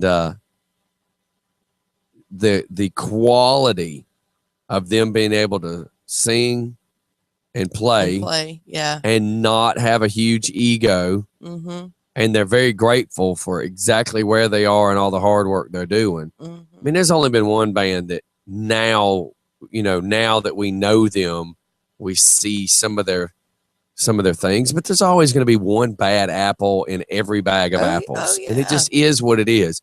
But now all of our locals, especially the single acts, the people that come in here that play with us, or that are single, that are sing by themselves and play by themselves.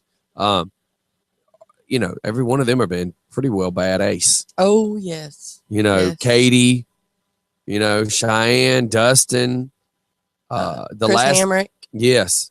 The last band that we had come in, friggin' amazing. And then we got the guys that are from right there past Madison area that are amazing. Oh, the Cochran Road band. Yeah, the Cochran Road. I saw one of them's picture this morning where he was riding a four-wheeler. The problem is we meet so many bands, I get screwed up with the names, but because it's so fast-paced with us. But I love these cats because it's real life. Mm-hmm. They're singing about real life. Mm-hmm. They're relating to other people's real lives. Mm-hmm. It's just real. I'm on a kick lately about being real. Yep. I think as I'm growing and my hands are reaching into other areas, when I went to start taking care of the homeless, that kind of humbled me a little bit and showed me a different world. And it made me stand up for that world. And now dealing with the speeding and stuff, it's impressive that I come home Saturday night and I feel real beat up with all this hate mail that had been sent to me, where people were saying that I shouldn't this and I shouldn't that. And let's just get to facts. So I shouldn't stand up for my community.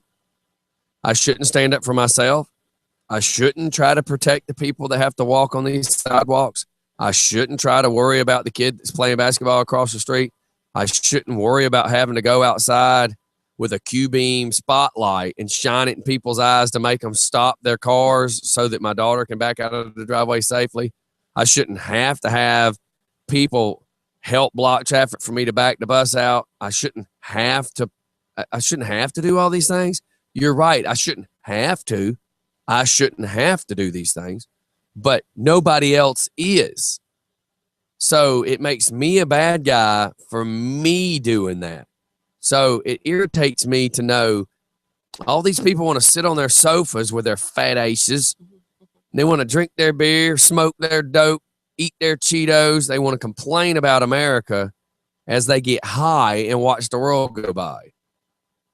If you want the world to change, fool, you got to put down the Budweiser and you got to walk away. You got to walk outside your house and you got to change it. You can't sit there on Facebook and type how it needs to change. You need to actually do something. You can't have this $90,000 a year job and play on your computer, fat ace, and think that you have an opinion that matters. If you would like to change the world, you got to get out there and change it. You don't just think I have an opinion and I'm going to say it on Facebook and that changes anything. Your actions are what changes things. Just because you took an action to type something didn't change anything. So, but, you know, then I turn around and start getting messages from chiefs of police from other areas, mayors from other areas. I've gotten messages from mayors from other states.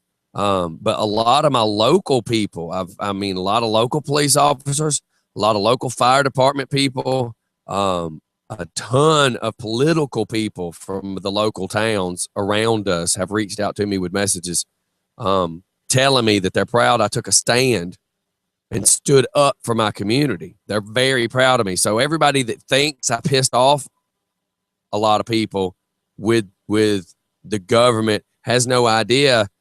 Behind the scenes, all these people are praising me for what I did. I got praised to the point, are you ready for this? Sometime today, the mail will be delivering me a radar gun. Cool. From a mayor and a chief of police that have gotten together and said, we're sending this boy a radar gun. Cool. We want to see him videoing this in his own community. Cool. So for everybody that thinks, especially some of my local haters, so for everybody that thinks I'm just a nobody, you keep thinking that. You just keep thinking that. Because I got a bigger reach than I realized. And I truly didn't realize that. And I don't mean that to be gloating. I just now realize that because I'm trying to do the right thing, there's thousands upon thousands upon thousands of people that are waiting for somebody to step up and do the right thing. I've actually got people asking me now through messaging, do I plan on running for county commissioner? I've got people asking me to do that. Kind of funny. Yeah. Kind of funny. But so, what kind of who knows? ADD radio there? Hey, shut up. It's my show. So I was talking about the idiot Kanye West. I know. So, and you still want to go back to Kanye? Yeah, because there, honestly, nobody likes him. Well, I don't even know why he was even there, because he did so much profanity and so much cussing in his song that the whole time that he's on the stage, you would like hear a little bit of music, then nothing. Little bit of music, nothing. So there was so much cussing in the song that I was trying to see if I could find a video of it. So it was just beep, beep, beep, beep, beep, No, beep, beep, beep, beep, beep, beep, beep, beep, beep, beep, beep, beep. It was Morse code. Well, I guess or they got just tired. Dead silent. It was dead. That's what I was gonna say. I guess they got tired of the beep beep beep beep, so they just put dead silence. And the pyrotechnics. Why even have him on stage? Well, you couldn't even see him on the stage either because of the pyro. What does he think he's Kiss? Pyrotechnics. I guess I don't know, but it was a joke. It really was. But that's the catch: is he starts making a joke out of everything.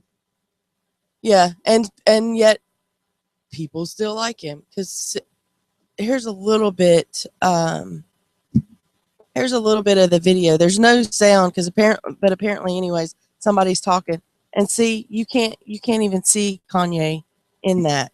Now, see, I saw a bunch of flame pictures, but didn't know that was supposed to be Kanye. Yeah. And see, you can't even see him. He is just such a... Can you say douche nugget? Why? Okay. You got here, and this I think is where I was going with the whole Kanye thing. You got a guy like me that doesn't have the reach or the power that he potentially has.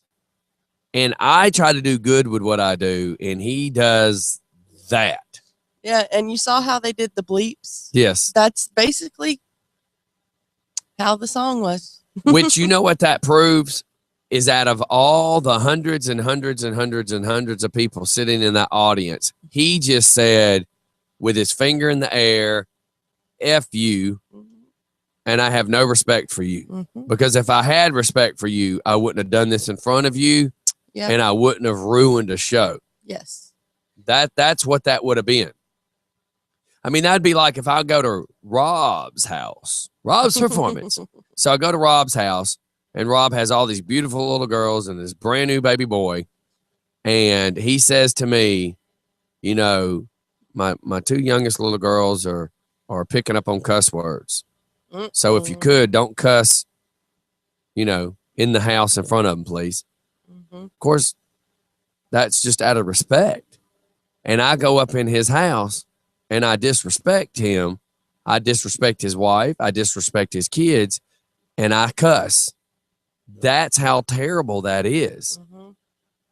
But I see the world as respect. Apparently, this guy doesn't. No, because he... And this is why I don't care for Kanye West. Yeah. He's a waste of... He's a waste. He's just a waste, man. He has taken something that could be used so good. I mean, he could use, oh my God, y'all know what I'm trying to say. I just can't get it out of my mouth. He could do so much with what he's got. Exactly. He could reach out to a lot of people and instead of pissing people off. Because, yeah, I have no respect for him. And I used to like him. You know, like, gosh, what was the name? Stronger, Heartless, you know, a couple of his songs. I used to like those songs. But now, I could care less for him. Because he's a D-nugget, like you say a lot of. Sorry, Jacob is asking me what we want a hypnotist for. Would you like to explain that a little bit? Yes, and I'm trying to answer him as well in a message. Jacob, this long question you just asked me about Sirius Radio, call me after the show, because me, Rob, and Tubby have kind of had that kind of conversation. So call me, and then we'll talk later. So I want a hypnotist. I want a hypnotist to come in and non-redneck Stephanie. Yeah, right. I want a hypnotist to come in and hypnotize me to make me never drop the F-bomb again. If you a hypnotist can make me never drop the F-bomb again, I will give you all the praise in the world. I will brag about you to everybody. If you can fix it where I never, ever, I want, there's 3 words I want to never come out of my mouth again. I want GD to never come out of my mouth again. I can definitely want the F-bomb taken out, and the MF-bomb needs to be taken out. Because if I get mad, those 3 things will pop out of my mouth in a heartbeat. Yeah, they do. Or if I'm moving real fast and I'm trying to do something and you know, I just prefer those 3 being taken out of my vocabulary.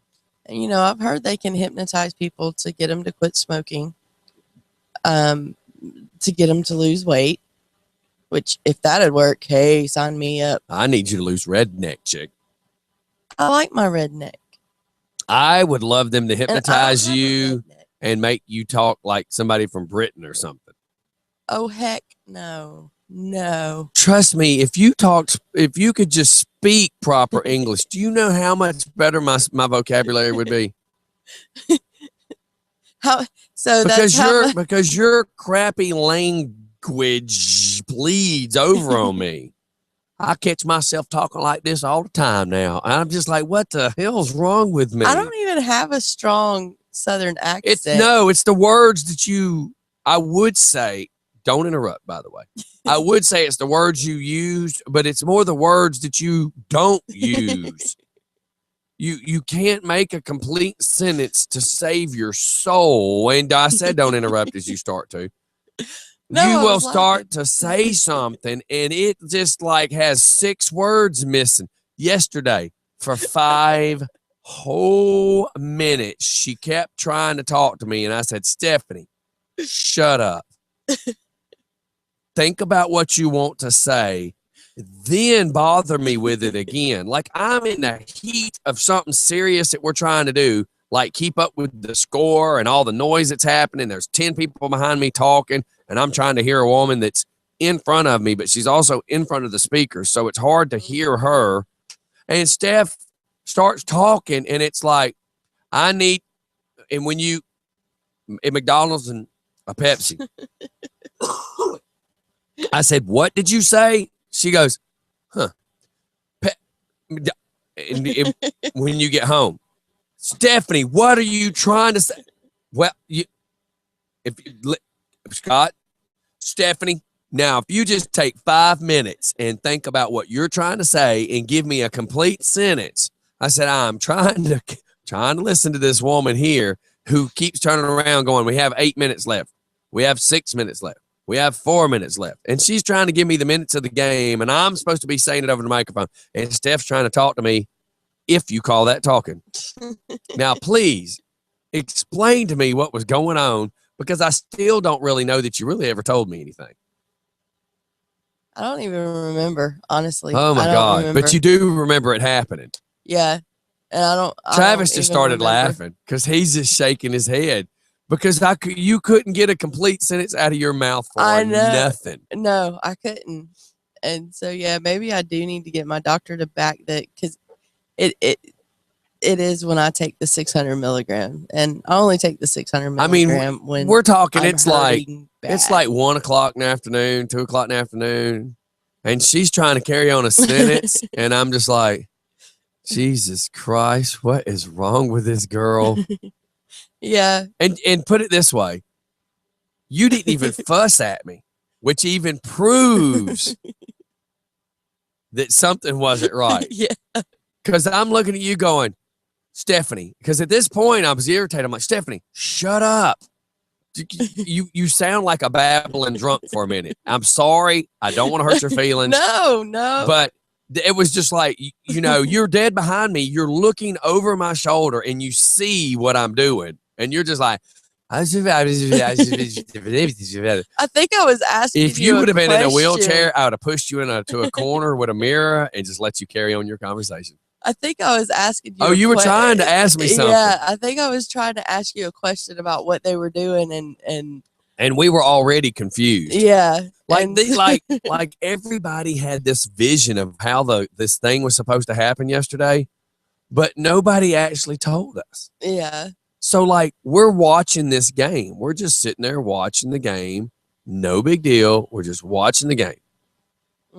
Because I didn't know that we were supposed to. One of the refs yelled at us, how much time? Huh? And I'm looking over my shoulder going, who the hell is he talking to? Yeah. And he points to me. I'm like, oh, me? I don't know.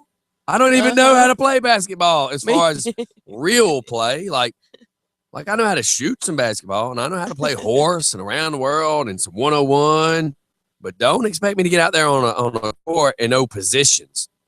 Yeah. Here's a position, bench. I know that position. Yes. That's all I can tell you. I know there's a center. I think that's what Shaquille O'Neal was. Is that right? I don't know. Anybody that knows sports, you can chime in at any minute. Yeah, because I don't know. I just know if you hold the ball for too long, you get charged with traveling, which we did not see any of that yesterday. Well, I don't know if it's hold it too long. It's if you are dribbling and you stop and then start back. So in other words, if you're dribbling and you stop and you're holding the ball, yeah, and then you start to dribble and walk off, that's the different. That's traveling. Okay. See, I so guess. see, I mean, if I remember correctly from when I was a kid. And the one thing that we did not talk about is, we were under, or at least I was under the assumption that it was going to be all adults. I kind of thought that too. I didn't know there was going to be little kids playing. Yes. So the first 2 games? Well, the first game seemed to be like 8 to 12, maybe. Yes. And then the second one was like, I would assume 13, 14. 15, I don't even know, maybe 15. I don't think it went as high as 15, but roughly that 12 to 14. It was the taller kids. Yes, and there was a little girl in there. Her nickname was Bobblehead. Oh yeah, she played better than some of the boys. I hate to say it. She was pretty awesome. She was pretty awesome, and the little kids, they were doing good. They got to finish their game. It was the next ones that didn't, right? Because we had to get the no, both games got played fully. Oh, did they? Yeah. Okay, because I thought they. Well, because remember they wanted us to interrupt it, and then everybody's like, "No, that's not right." Yeah, because it's not fair to the kids. No, that wasn't fair to the kids because we got a late start. How about this Little Richard types? Because I'm late on this. Says Kanye West just got more airtime than he deserves on Just for Fun Radio. he did. Yes, he did. He's an idiot. He said a hypnotist could add Kanye West to the list of never say again on Just for Fun Radio. Hey, that'll work for me. Ooh, Travis. See if the hypnotist can take the biatch out of her too. Bite me. I think Travis just put a little biatch back in her. Wow. Mean. I say. So I wonder if the hypnotist can make your hair grow back. Ooh, mudslinging at its finest. At least the hypnotist could make him cut his mullet. Yes, there you go. Ooh, yes, we need a hypnotist. We need a hypnotist bad. We can have a hypnotist that's be like, you shall never allow your hair to look that length again. Right. And then for you shall take a bath more than once a week and comb your hair. But there's no buts to that. The butt needs to be washed too. So shower, wash your stanky arse, and comb your hair. The creek only fills up once a week when we have a good rain. Oh it's low now. It's not fun getting all that sand in the unmentionables. If y'all would quit trying to have relations on the bank of the creek. I'm sorry. That explains all the weird bruises on your backs from the rocks, I guess. I don't know. Is it time for a break? I feel like it better be time for a break. Everybody hang tight. We'll be back. Hold on. There's a song I want to play after that. Oh my God. I can't even begin to stop laughing over here. Any other time oh, here it goes. I just figured this song would go good after talking about the crick. I just sat through this movie again the other night, and it's kind of funny. Zaylee kept staring at George Clooney. I'm like, really? And so it begins. All these women that are just like hung up on George Clooney. Jesus Louise. So everybody, we'll be right back. It's Just for Fun in the Morning.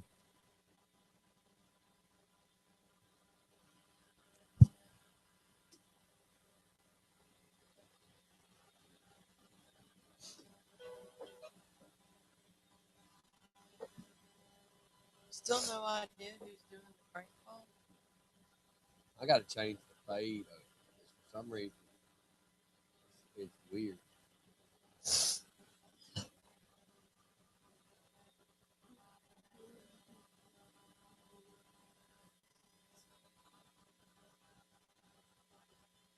Are we going to talk about the biker gang shooting? About what? The biker gang. If you know all the details.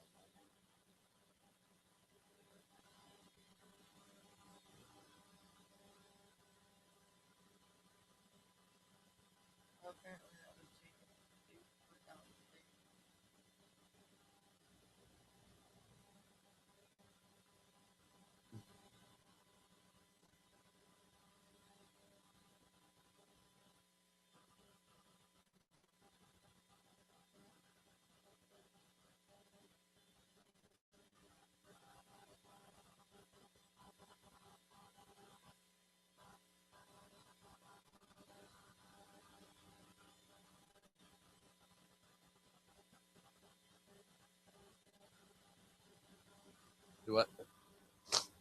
Jacob said he accidentally put dog station.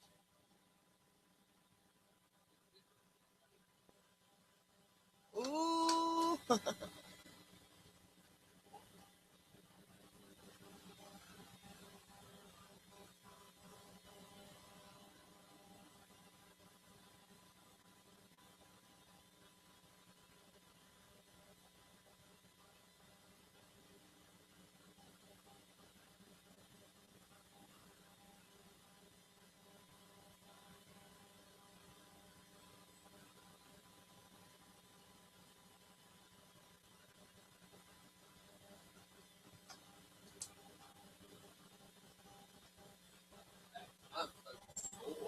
After running up the steps, and running back and forth, and carrying the speakers, you know what I mean? I felt like I've been in the gym, which is good. So now,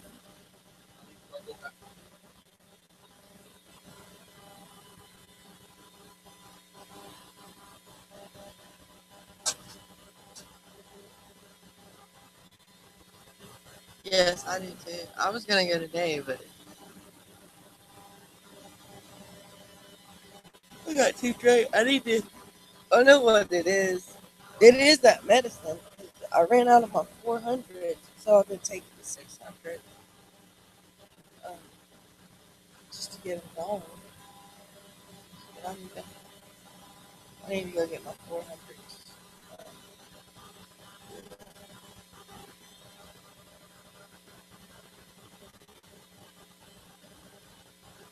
I wanted to go to the gym today. That's why I came dressed in my gym clothes. But I just can't. I can't. so get we real can go. fast. We can walk the trip.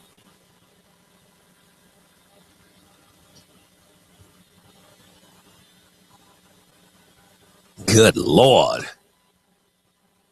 Boy, I need to exercise. Ooh, I got the light in the camera.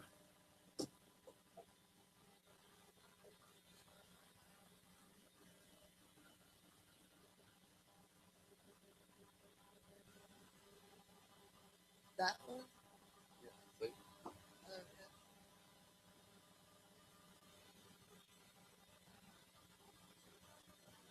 He said that was a low blow talking about his hair.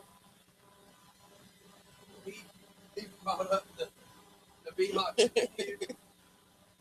Oh my God. Wait. Was it low blow towards directed at me or directed at you? No, directed at me. Yeah, but he said, Are we gonna go back with that? yeah, he was talking crap about you. He started it, Daddy. He started it. He got all biatchy.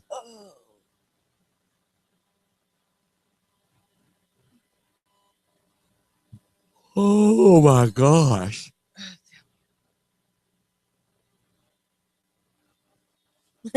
What? Little Richard, I wonder if a hypnotist can make you and I think we are really tall, or would we forget how to walk if that would be was funny. true? That would be funny all by itself. Mm-hmm. This is good.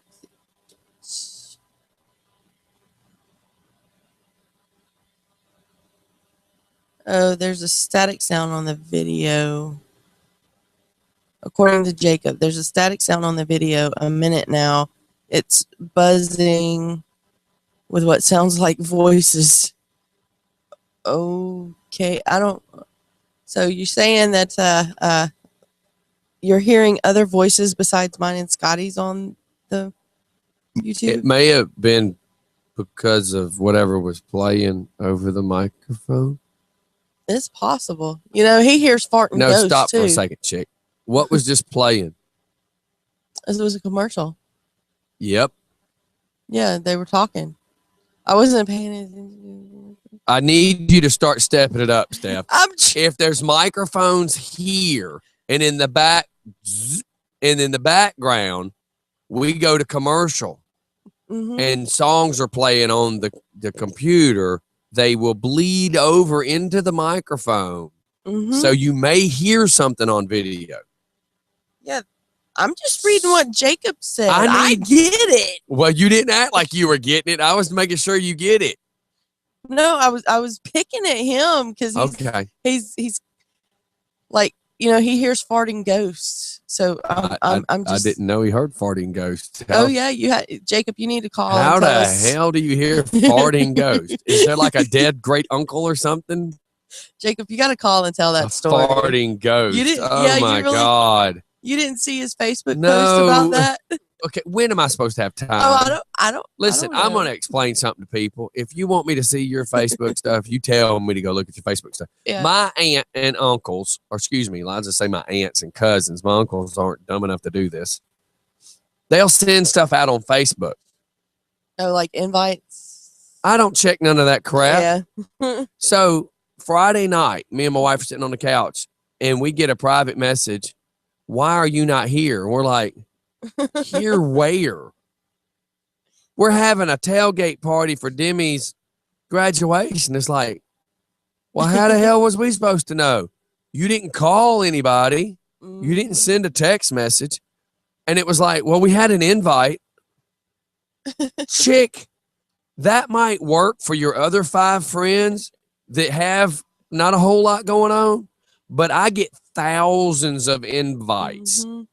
Thousands from all over the United States. Yeah, that's what I was going to say. Even from other states. I've got people that will hit me up. Yesterday, as we were leaving, I get invited to a church thing next weekend. It's an event a church is doing. I've got 5 or 6 different invites that are asking me to come to North Georgia to do stuff. I get this all day long. I'm not trying to, I don't want to sound bad, but I need people to see that. It's like I get this stuff all day long, and I get people asking me to come do a charity in Tennessee. I mean, you just have to be realistic. Shoot, we were at the event yesterday, and somebody was asking about you doing something for them. Okay, I overheard that behind me, but I didn't know what y'all were talking about. It's an event at the JP Car Center where they're collecting canned food, canned items, a can. I don't know where this is. Could you tell me? JP Car here in Rockdale, the JP Car Center over there off of West Avenue, behind the subway. There's a little area over there. But anyways, they're doing a can-a-thon there, and then they're gonna a JP area. It's a car place. No, it's not a car. That's just the name of the center. Smack you. I think it was the same place. We did the hams. I think so. Yes. Thank you. Because why would you say That's what it's called. JP Car. Is that not what it's called? That's what they were saying. Can I smack you? If you say JP Car Center, most people are gonna go. So it's a car place. When you put it, no, don't zap me, Stephanie McDaniels. There's no S. But yeah, when you say it together. If I hit you with this, you're going to hear some S's. You said it's a car center. No, I said JP Car Center because that's what it's called. But yes, that does sound like a car place. Yes. I'm going to hit you with one of these. I'm just warming up this trigger finger. You said a car center behind Subway off West Avenue. I'm trying to visualize where the hell is there a car center on West Avenue? Anyways. That's a senior citizens center, sir. Yes, but they're doing the collection there, and then they're going to be taking it over to the Rockdale Cares place. Thank you. Over there behind Horizons, where we were at Saturday with Ashley and the.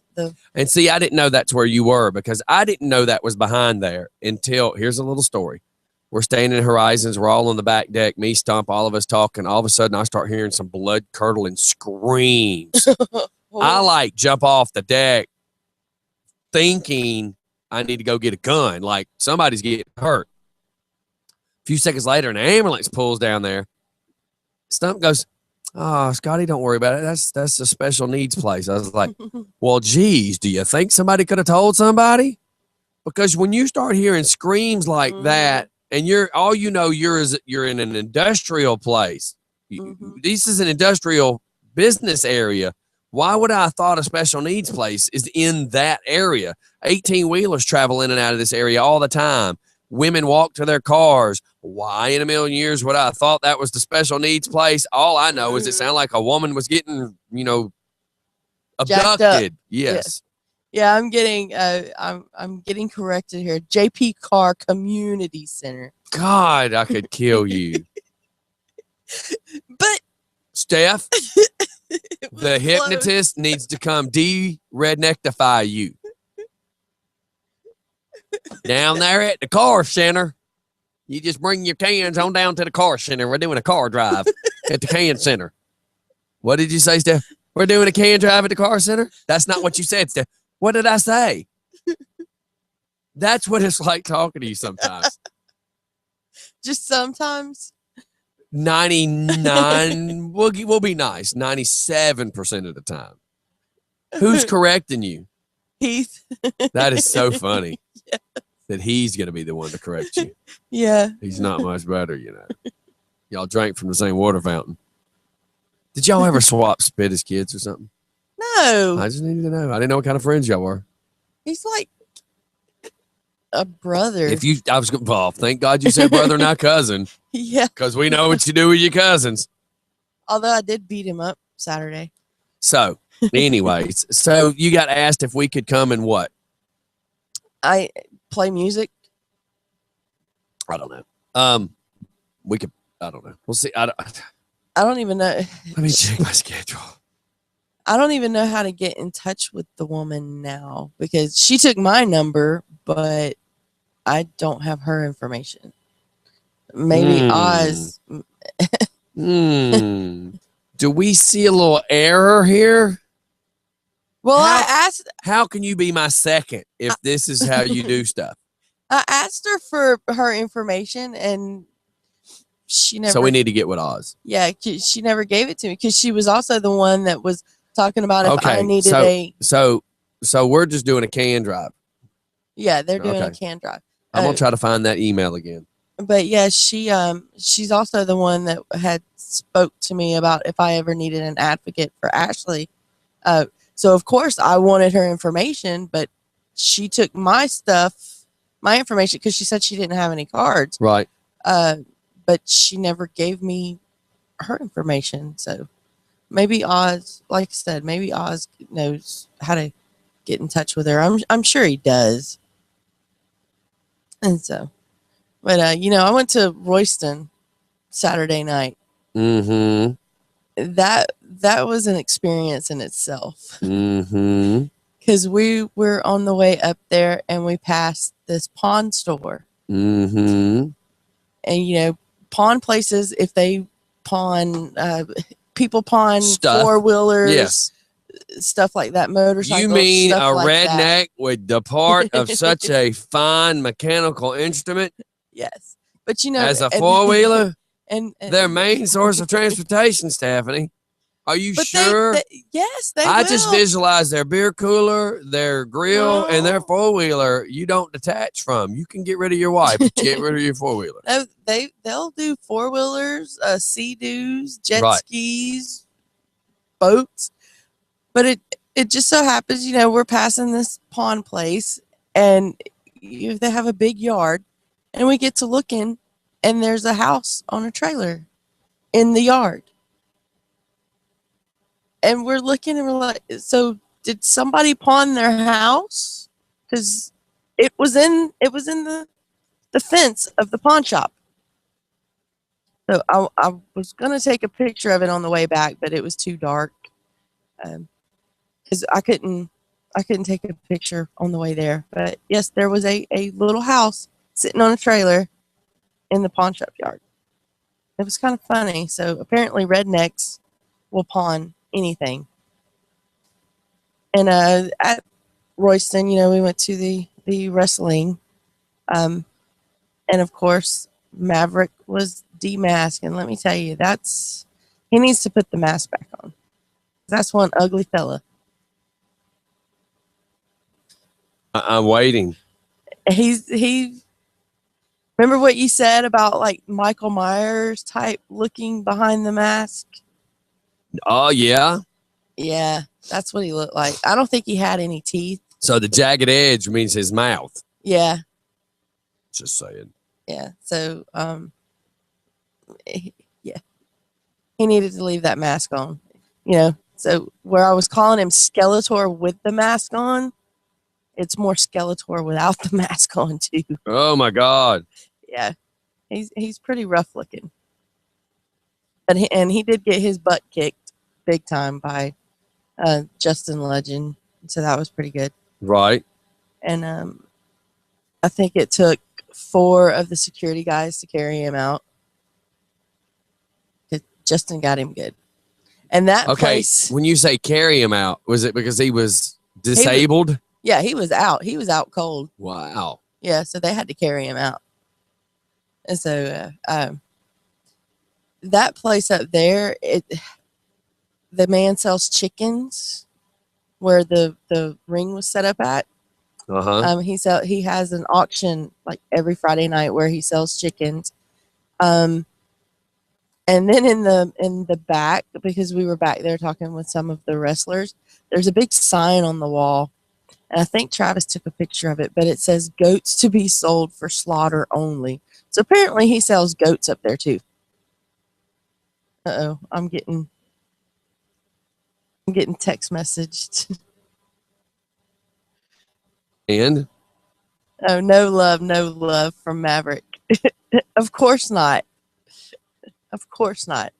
So as you say, Maverick's listening because he likes us. Or he either wants to count how many times I call him Skeletor because I always have to hear about that. But yeah, it is what it is. And then Saturday, before we went to Royston, we had Ashley's award ceremony or trophy ceremony for her Miracle League. And I would like to, before the fall season starts, if it's all right with you, I would like to get one of the guys to come on the show and talk about the Miracle League, to maybe hopefully get that out there so people know more about it. Yes. And so that because it's not. So just you got for a connection. Kids. You got a connection with this building behind Horizons as well. Not really. I'm working on it because I'm trying to get. So Ashley in other words, you go. can't go down there and knock on the door and they know who you are. Not yet. No. Okay. I would just like to go down there and at least figure out who they are a little bit more.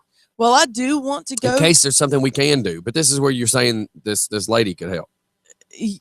No, she couldn't help, but this is no, where, but she knows them is what I was getting at. You were saying, yeah, probably so. Yes, but this is where a lot of the her name is adults, Priscilla Nixon. I just couldn't remember her name. Okay. Here's her email. Her a lot of the adults that play on Ashley's team, on her Miracle League team. Well, a lot of the adults that play in the Miracle League, period, go there to the Rockdale Cares.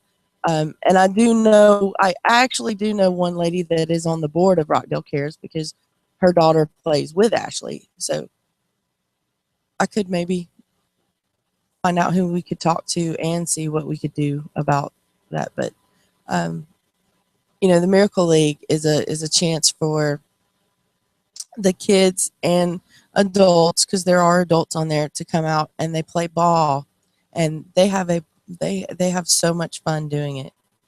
I mean, we have a guy that came from Edenton who was on the team that played against Ashley. He drives all the way, or his parents bring him all the way from Edenton. He got up there, he hit that ball, and it went out of the Miracle League field into where the batting cages are. I mean, they can clobber the balls. Clobber. Is clobber really a word? Yeah. Well, that's what he did. And they had, when we went back for the ceremony, for the trophy ceremony, which was held at Rockdale Cares, Mellow Mushroom provided the pizza for us and everything. They had a Elvis impersonator. Sorry? They had an Elvis impersonator that was there singing and let the kids dance and everything. And it was just really nice. And I would, hopefully maybe we can get some more people to be there in the Miracle League. Because they need players. I love watching you stumble. And you're so awesome at it. You're just Like when you're honestly just like going, I don't know what else to say, but I'm just talking. And it's so funny because you're just like spitting out the good, funny stuff. And you're just like not even intentionally doing anything wrong. Yeah, I'm just trying to keep from having not dead that air. You are doing anything. Well, I was answering stuff from Fox 5. Fox 5. Yeah. Katie with Fox 5 said that she had something that she said, hey, Scotty, thanks for the videos this weekend. Wow, what a problem. She says she has a shoot at the DMV until 11:30. If you're home after that 12, mind if I come and grab a quick interview and do some video. And she said she has my address, et cetera, et cetera. I said, doing video here is better as school is letting out. You can watch the buses and others speed in a 25, not counting morning and afternoon rush hour. I said, you tell me what works for you. I just think you want good video. I said, plus Scott Freeman. I said, plus the chief, Scott Freeman, has been sent all these videos and he is not happy with his officer. So he is very aware of all this. So I told her that I'll call her after the show. Yeah. And one thing for sure, though, she would probably need to set up in the bus. Because that's the plan. The plan is I'll get them in their van because of the way the trees are. I'll get them to pull up, like, you know, where the bus sits. I'll get them to pull up to the left of where my van would be so that nobody coming from the middle school, because of the trees in the bus, they would never see their stuff. Yeah. They'd never see their stuff. And then if my van blocks them as well. Yeah, because that's where the speeders come from the most, is up the hill from the middle school. But I just have to say that one video that you posted of the idiot passing the dump truck, that was something else. And that's a blind hill, and the person passed the dump truck. But did you ever find out what all the dump trucks were for? Yes. They here's what's happening. The school all the schools, from what I hear, are pulling the grass out and putting AstroTurf in. So they're hauling all that out. Because we talked to one of the bus drivers. Hold on. Talked to one of the dump truck drivers. Sorry, I had to take a drink. Because I'm here to tell you, Friday. Okay. One of the trucks that we kind of got in trouble stopped right after the police left. And we're sitting down at the cul-de-sac watching us at that point, waiting for more cops, because it went from one cop car to 4 cop cars. Wow.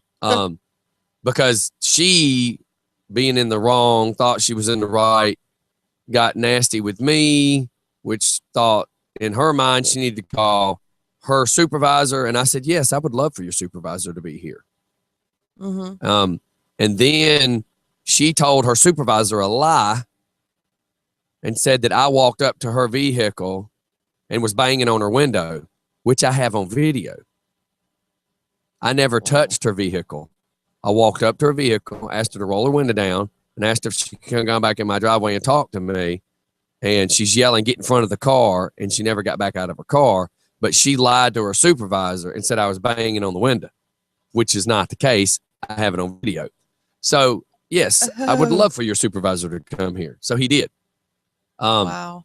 Point being is, while she was down there watching us and waiting on her supervisor, one of the truck drivers that got in trouble stopped, and he said, man, I'm so sorry. He said, they're just pushing us to hurry. And he's like, I'm sorry. I didn't even think. I was just trying to hurry. And I hugged him. I said, brother, I am sorry I'm getting you guys in trouble. I said, I hate it that y'all are taking the blunt of this. I said, but it's not you as a person. This happens every day on this road. Buses, county water trucks. I got a Gwinnett County police car. It flies through here every day.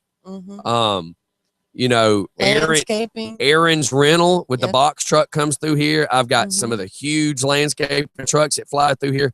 The problem is this: kids playing basketball, if one of them were to gently lean out, even pick up a basketball, nobody running 55 and 60 could stop. No. There's no stopping. And if you're a heavy vehicle, such as the school buses, Comcast has their bucket trucks that fly through here. Yeah. All these big objects that can't stop would kill this kid. Yeah. Or these people that are walking on the sidewalk in the afternoons, these mothers try to walk with their kids for exercise. Babies in strollers. Babies in strollers. People walking their dogs. People riding bicycles. Like, nobody can travel down our road now due to this. No. So this has been an ongoing problem since 2011. And I have a question I want to ask. And anybody listening that would like to answer this, I would love to hear your answer. But what makes sense here in this question? Fox 5 can show you bank robberies, corrupt senators, bad health food scores. Fox 5 can show you all of this, and nobody hates on Fox 5. If I air anything stupid that goes on that people should know, I get haters, and I don't understand it. I don't either. I own a radio station. And I try to defend the defenseless, and I try to protect the people that need to be protected, and I try to stand up for everybody.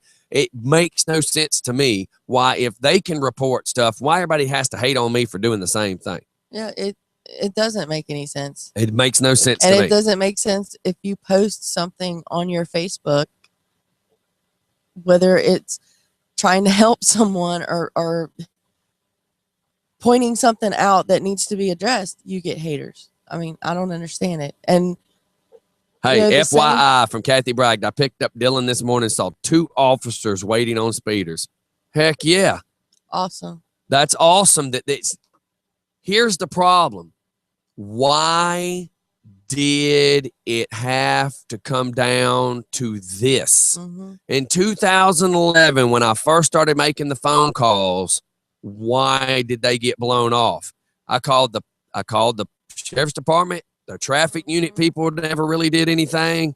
I called the county roading people. The road people just kept transferring me down from boss to next person under, the next person under. And they finally got me down to the lowest guy on the totem pole, who was a Spanish-speaking person. And I said, what can we do? Can we get speed bumps in? No, you're a main road. I said, we're not a main road. No, that's not a main road. People use this as a cut through, but it's not a main road. I said, we have a school at each end of the road. In between these 2 schools is nothing but subdivisions where these kids have to walk home. How come I can't get flashing signs that indicate you're not supposed to be driving this fast? How come I can't this? How come I can't that? And he just kept BSing me for every reason on why the county would not do it. And then I said, what's going to happen one day when I'm back? And this is way before my wife had already lost her car. Yeah. This is 2011. I said, what happens one day when I'm backing out? Somebody speeding has to slam on the brakes. They swerve and kill 4 kids on that sidewalk. Well, Mr. Spence, that is just a horrible picture that you've painted. And I can't believe you're painting such a horrible image. I said, sir, that's reality. Yes, that's reality. If that happens, and we know it's not a matter of if, it's a matter of when. If that happens, why? So they don't consider this a residential road? I mean, I'm just, I guess, confused on what they consider this, because I thought because there's houses on either side, there's schools. I would think that this would be a residential. And I got chills over me right now. Alex, I love you, my brother. Alex, as in Jen's Alex. The message he just sent me, he says, I'm going to give you the summed up version. He says that he actually can tell where other people could have misconstrued it. And when some people get things in their head, they have it in their head and they can't stop thinking of it any other way. We'll just leave it at that. And he said, I actually like the video. He says that he understands that him and I both are in agreement to the way people treat people. I'm wording this so that I don't bother anybody or offend anybody, but golly, I'm tired of sugarcoating everything for everybody. The fact of the matter is what people don't see at the beginning of the video with the police officer is this. She gets out of the car. She's being nasty and smart mouth. I repeat, I will be having her audio. I'm requesting the audio. And that right. And I just had an email from the chief of police, his assistant, with a complaint file for me to fill out, because they know the truth. They have the audio. They know the truth. I said, could you please not speak to me so rude? And she keeps on. And I said, listen, I've not done anything wrong. You need to not speak to me in that tone. And she kept on and kept on. And she says, and she just snaps off real quick. I just need your driver's license. So I go to get my driver's license and I come back. What she doesn't know is she's arguing with Philip, who is a cop. So she's thinking she's talking down to us and doesn't know she's arguing with Philip. And she's trying to tell Philip the law. And Philip, we're already trying to fix this. Well, by the time I get out, she's pissed off. He's pissed off. She tries to walk off. And that's when I say, and here I am. I'm the one that called you.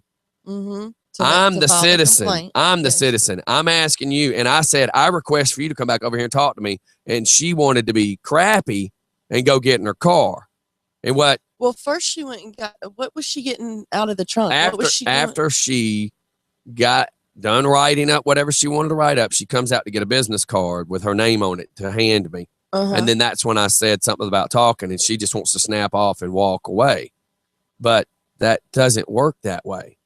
Please take no offense in anything I'm about to say, but I said this to her supervisor, and I asked him not to take offense to this. I said, you work for the government, no different than a janitor that cleans the buildings in the government building. If you are asked to do something, whether you think because you're a police officer or he thinks he's a janitor, if you're asked to do something, you are supposed to do it because you are an employee.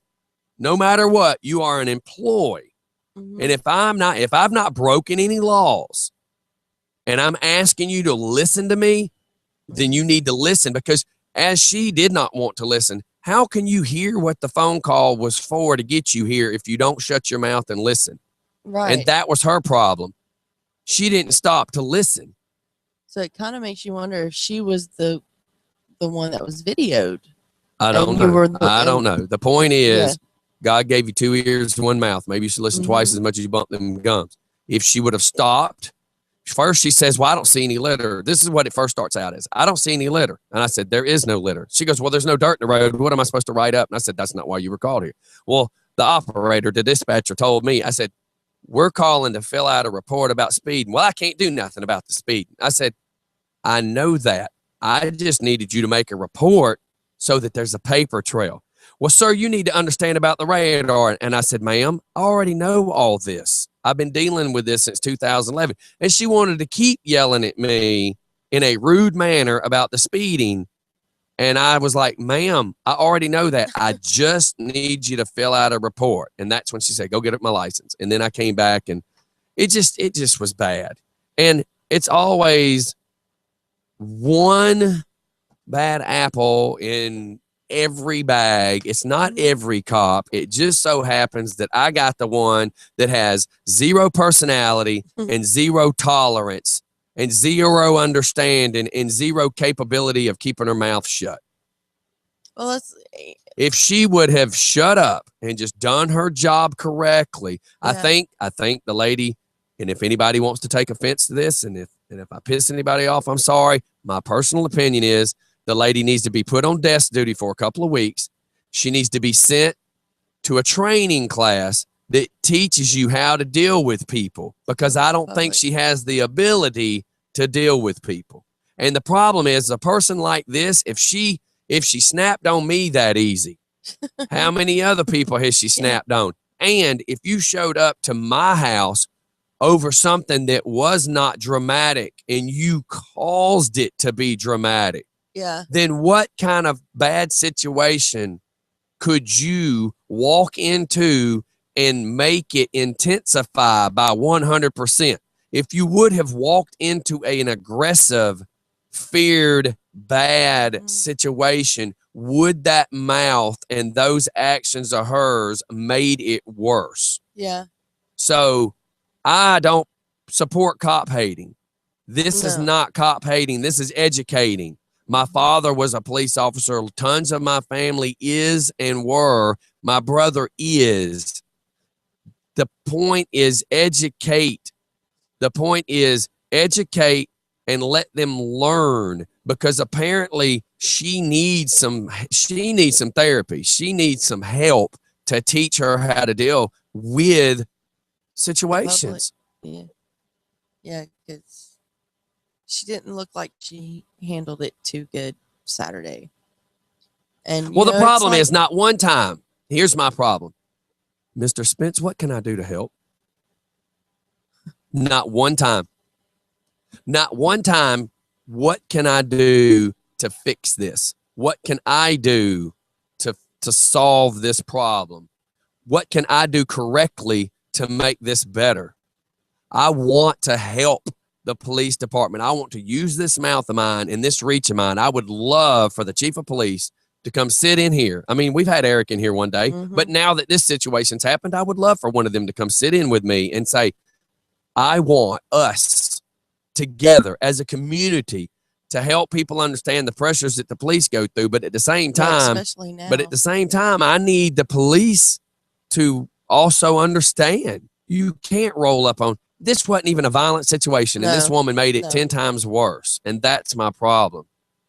We need to get Eric in here and talk to him. And I just got from Alex, light, absolutely. Well said. He said she made it an issue when it shouldn't have been one. Take the report and move on. And no, she did not know that Philip was police. That's what's even funnier. She had no idea he was a cop, and she's just wanted to treat us like white trash. And how dare you stand in my driveway and treat me that way? She didn't even treat me. No offense to anybody. Don't take this wrong. Everybody knows what I try to do with the police department and help my community. So you're standing up in DJ Scotty's driveway being an asshole. Why? Why would you come up in my driveway and be an asshole when you know what's going to happen? You know I'm going to let the world know. Come on, man. I didn't do nothing wrong. And I said that to her. I'm like, ma'am, I didn't do nothing wrong. Please refrain from speaking to me this way. So there we go. And that's all I got to say about that. Go get you some chocolate.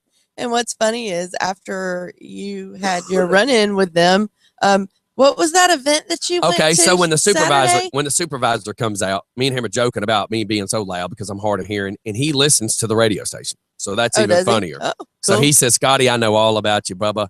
He said, and it wasn't right that you posted them pictures of Bite Week because I wasn't there.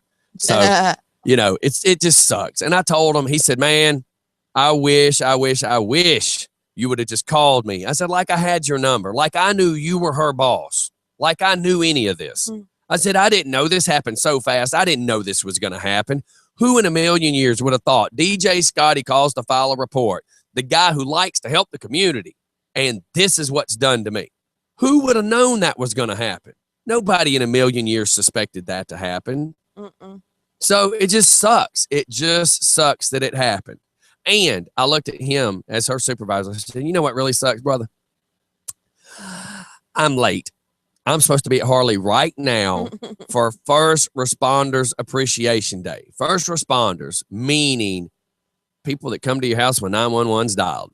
The EMS, the fire department, and the police department. So I'm supposed to go run an event to celebrate first responders. And I had a phone call, and the first responder that came to my house was a D nugget. Now, am I bashing Rockdale? No, I am not. I want to make sure everybody knows I love my brothers and sisters that protect me, because you know what? If it wasn't for our armed forces protecting the world, this country wouldn't be free.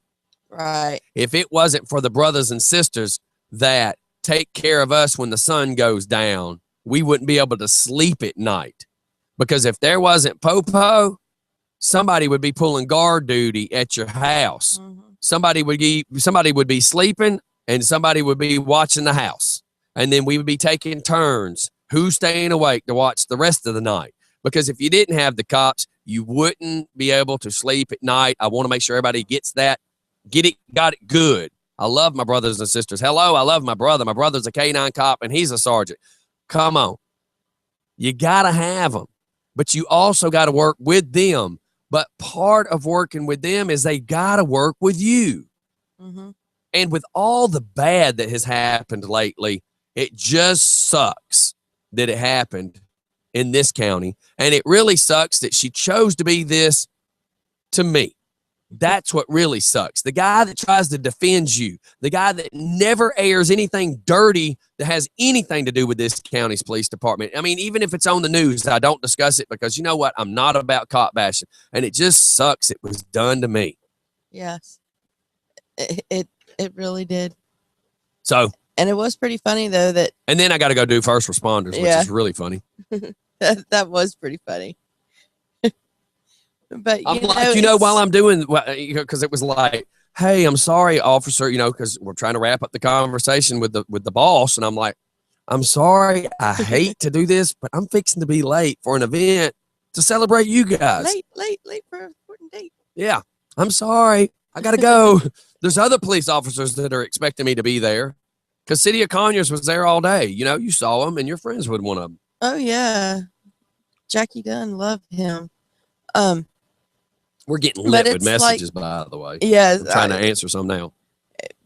It's like I said a couple of weeks ago, though, for every one bad officer, there's 1,000 more out there that, put their life on the line to protect the citizens and everything. And so, yeah, we are not police bashing by no means. And I think we might have our hypnotist solved. I think we might be getting a hypnotist in here. I got some information. After the show, I'm going to contact this person a little more and see if it is the type of hypnotist that you're wanting. And so I'm answering Katie with Fox 5 now, by the way. So apparently she's in a Ford, so we will be able to hide hers very easy. Cool. So what about that? I believe it's someone that is a hypnotist and wanted to know how they could contact us, that they would do it. So I sent a friend's request and I'll be getting in contact with them after the show and see about getting. Oh, we can't call now? Ask them if we can call now. Okay. Let's find out what they do. I mean, why wait, Steph? Why put off today what you want to put off till tomorrow? That's why you got all them tin cans in the yard. Very funny. Yeah, which now there's more added to it.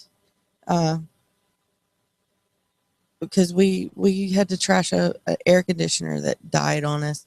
And thank you, Philip Snow, for letting us get one from you, because the house is so much cooler now.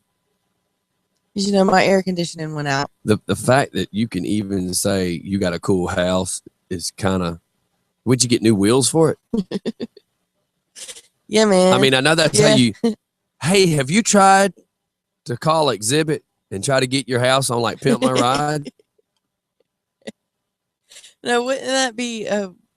Oh man, what is that? What is that? Brett Michaels does. His is Pimp My Home or Pimp My RV, something. I don't even remember what it is. But yeah, I got SS Kragers on my house now. Can I ask you a question? What? Why would you buy the old wheels? Why would you not update? Like, there would be nothing better than seeing your house with some spinners, even though those are old now. I want to see your trailer with like some 30s and there'll be spinners. It's not a trailer. What is it? It's a remanufactured home. It was only trailered in. They took the wheels back. Remanufactured makes it sound like it was repossessed before you acquired it.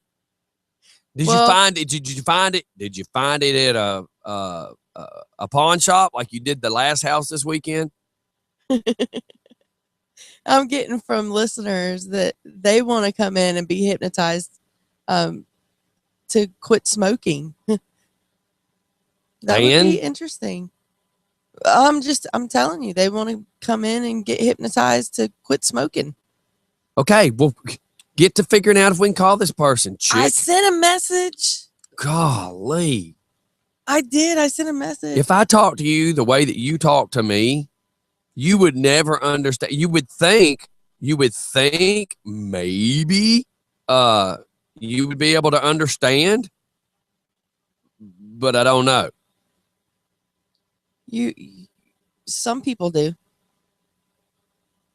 So Jacob, I'm sending you a video. I don't know if you will be able to watch it. Let me know, because the video that had all of the episode of the cop, because I was getting some folks to do some cop bashing, I hid the video, so it's only for me to see now.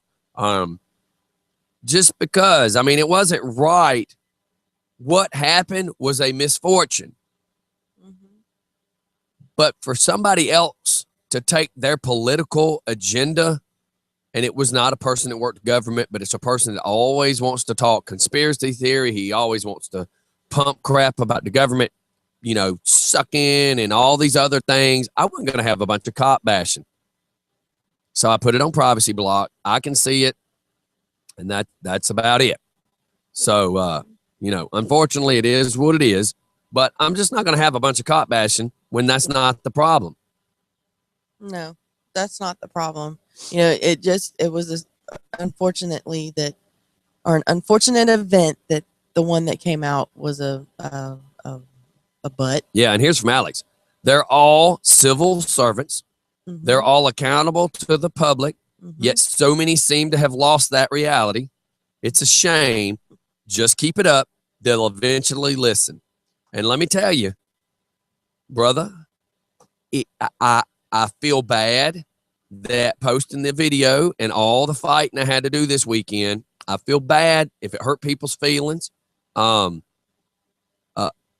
didn't lose a friend, but me and him know a mutual guy that totally disrespected me.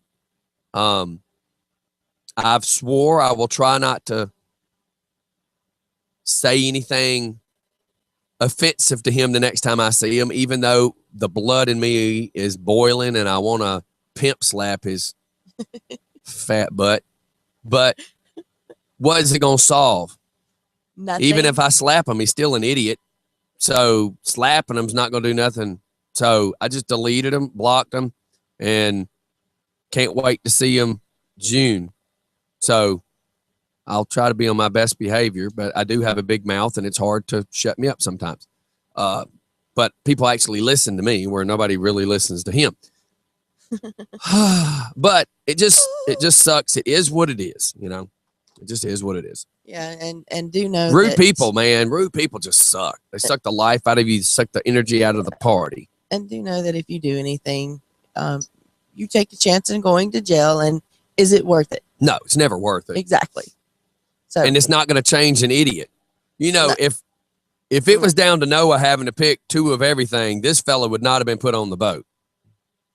So at least I get slugs. 2 slugs would have been put on the boat in place of him. 2 gnats. 2 cockroaches. 2 head lice. 2 cockroaches. Yeah, something like that. Let's go to a commercial. Yeah. Everybody hang tight. It's just fun in the morning. We will be back.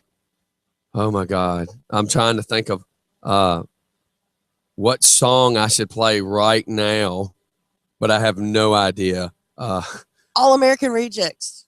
When you see my face. Do you have that one? I love that song. Oh, my God. I'm telling you. No, I don't have it. I probably do, but I'd have to know the name of it really fast. And, we're trying to move a little fast here. So everybody hang tight. We will be right back. It's just fun in the morning. I mean, we did get a little serious, but hey, sometimes you got to. I'm going to look it up. Ouch. I just pulled my own hair. All right, here's somebody, a friend of mine named Brian. This is Mo. He hypnotized Justin. Yeah, Brittany's husband. That's who I'm talking about. Yeah. I sent the guy a message.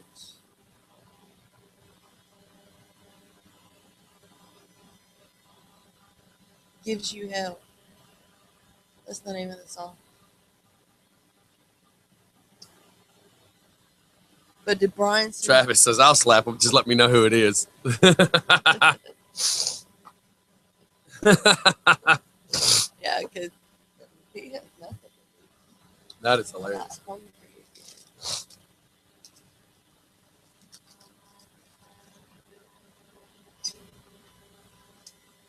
That's fun. I'll slap him. And he will. Oh, yeah.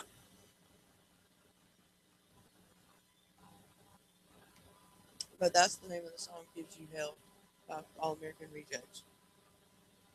Jackson.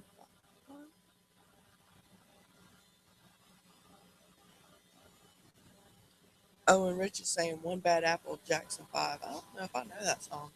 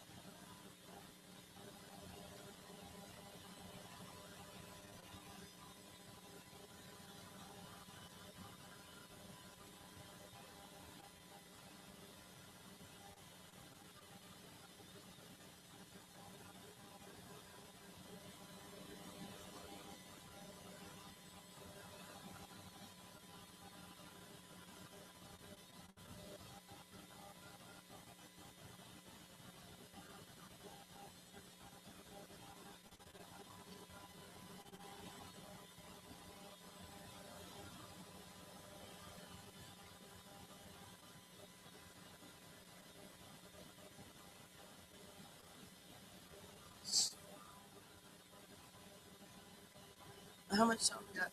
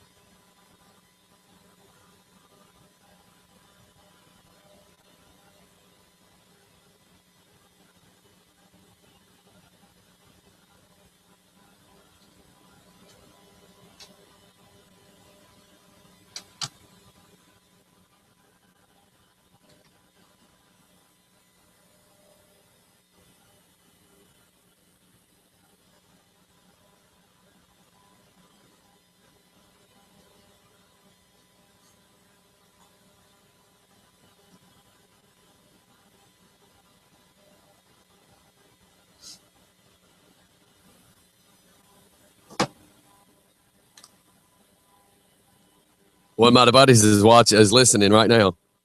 Who is? All right. So one of my buddies, it's so cool. It's so cool. One of my biggest, I don't know how to word this. I shouldn't say one of my biggest fans. I'm one of his biggest fans. It's my buddy Charlie down in PC. He said, y'all are killing me. Listening to y'all is like my family when we all get together. So, yeah, it's just funny. He says, yeah, walk away thinking, what the hell did they just... He says he feels like he's at home. But, yeah, Charlie's a super great guy. You know, and he's down in PC. He's been watching the videos. And he supports what I'm doing.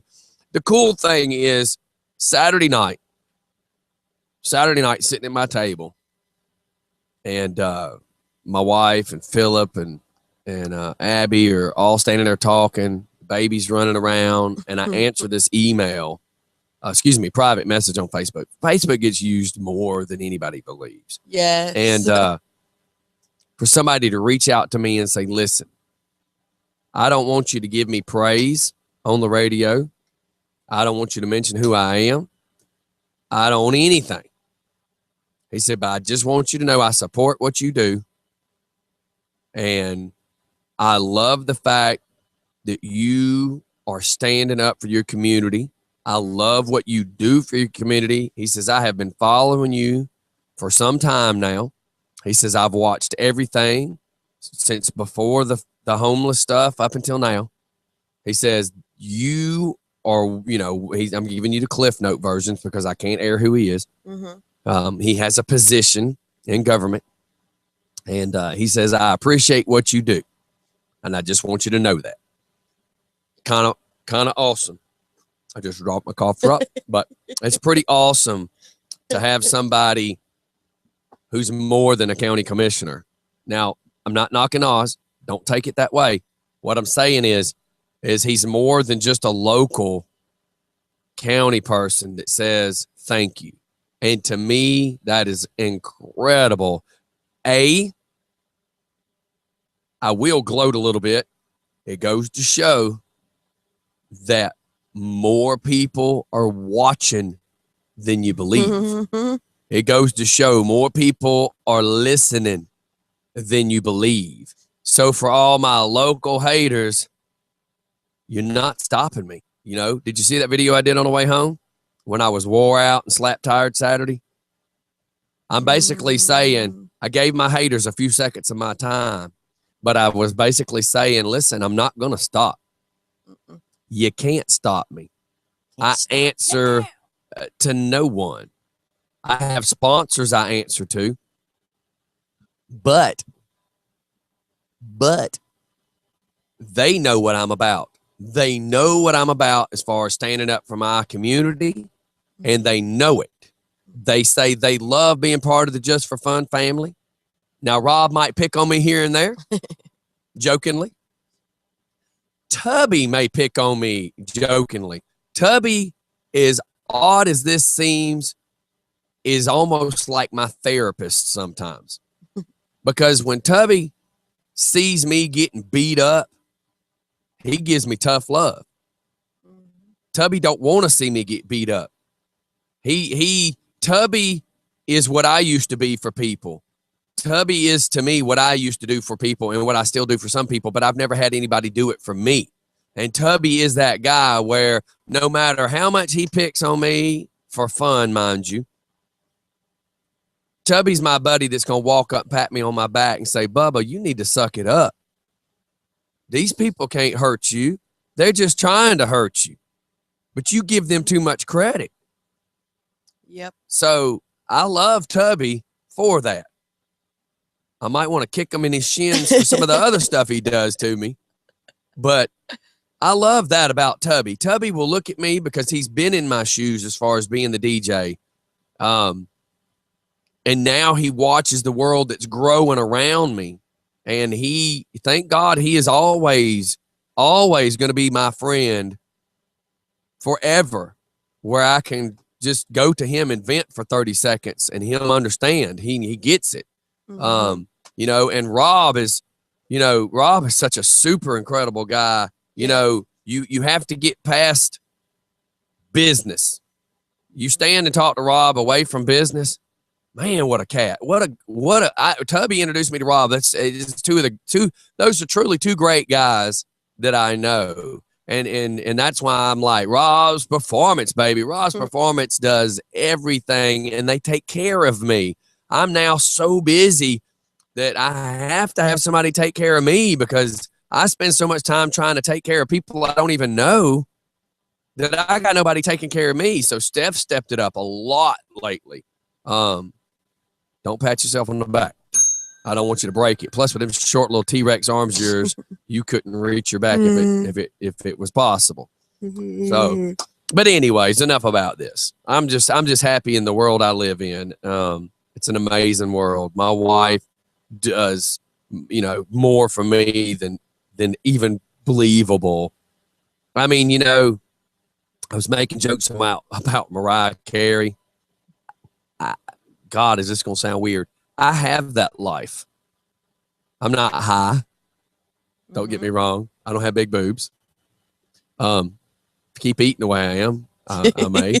But yeah, you already look like you're about a size A. But I got people that take care of me because they know I'm trying to take care of the world. I bragged about y'all yesterday, by the way. You don't know that, but somebody had asked me a question about how I do what I do. And it was one of the coaches.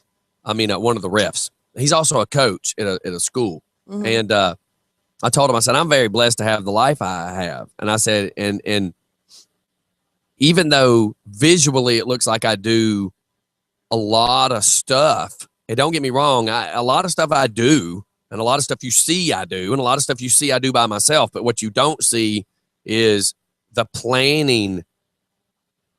Some of the stuff, like the events. Now, just the sporadic stuff I go stupidly do by myself, and I get lucky that it works out. That's all on me. I just got lucky, But a lot of the planning type stuff and the events, nobody can see the effort that goes into it, where, unfortunately, Stephanie was late yesterday. But typically, her and Travis helped me load that bus. Philippa come help load this bus. Hell, Tubby come and help load motorcycles to go to Bike Week. I have got more help than I've ever had in my life. Rob put the taillights in for the trailer. He wired me to be able to go to Bike Week.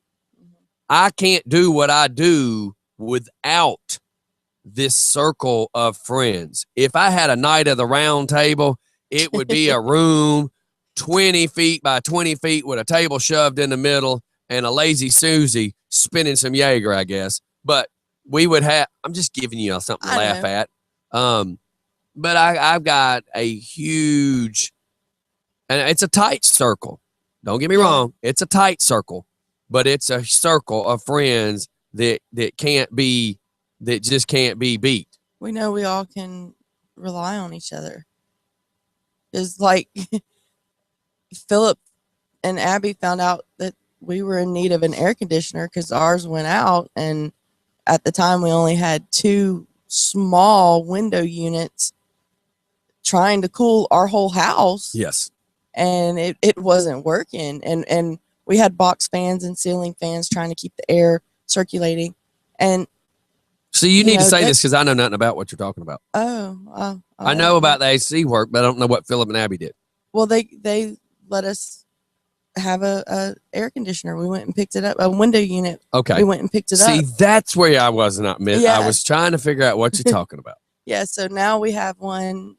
We have 3. We have one at one end of the house in the living room, one in the middle in the kitchen, and one in our bedroom. And, we have the air circulating with the box fans and the ceiling fans. And, it's keeping the house, it's keeping it pretty cold. And now we have the, just the fan on to help keep the air flowing, because we think the air conditioner is low on Freon. We're not sure, because the fix that was done last summer didn't work. So my air conditioner, every time you turn it on, it freezes up and the fan stops blowing. So, but we have the window units now going, so hopefully we can get it fixed soon.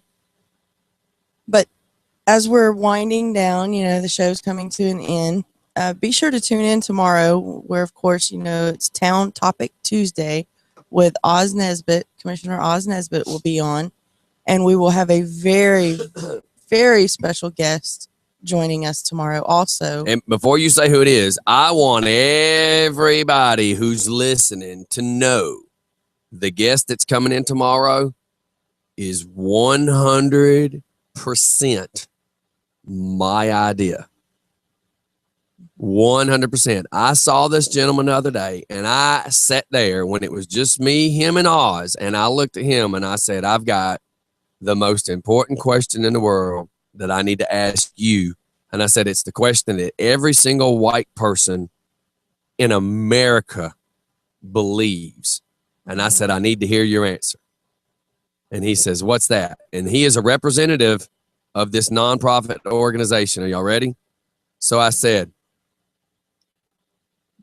is the NAACP only in existence to help black folks? I'm waiting. I'm giving y'all a second to digest that. Mm-hmm. And he looked at me and said, no. He says, our founders are white. I said, well, I want you to come on my show. Mm-hmm. And he just looked at me and said, I can. I said, I don't know enough about the NAACP to be able to legitimately argue it. I said, my problem is people believe that Al Sharpton is the NAACP. Mm-hmm. People believe that Jesse Jackson is the NAACP.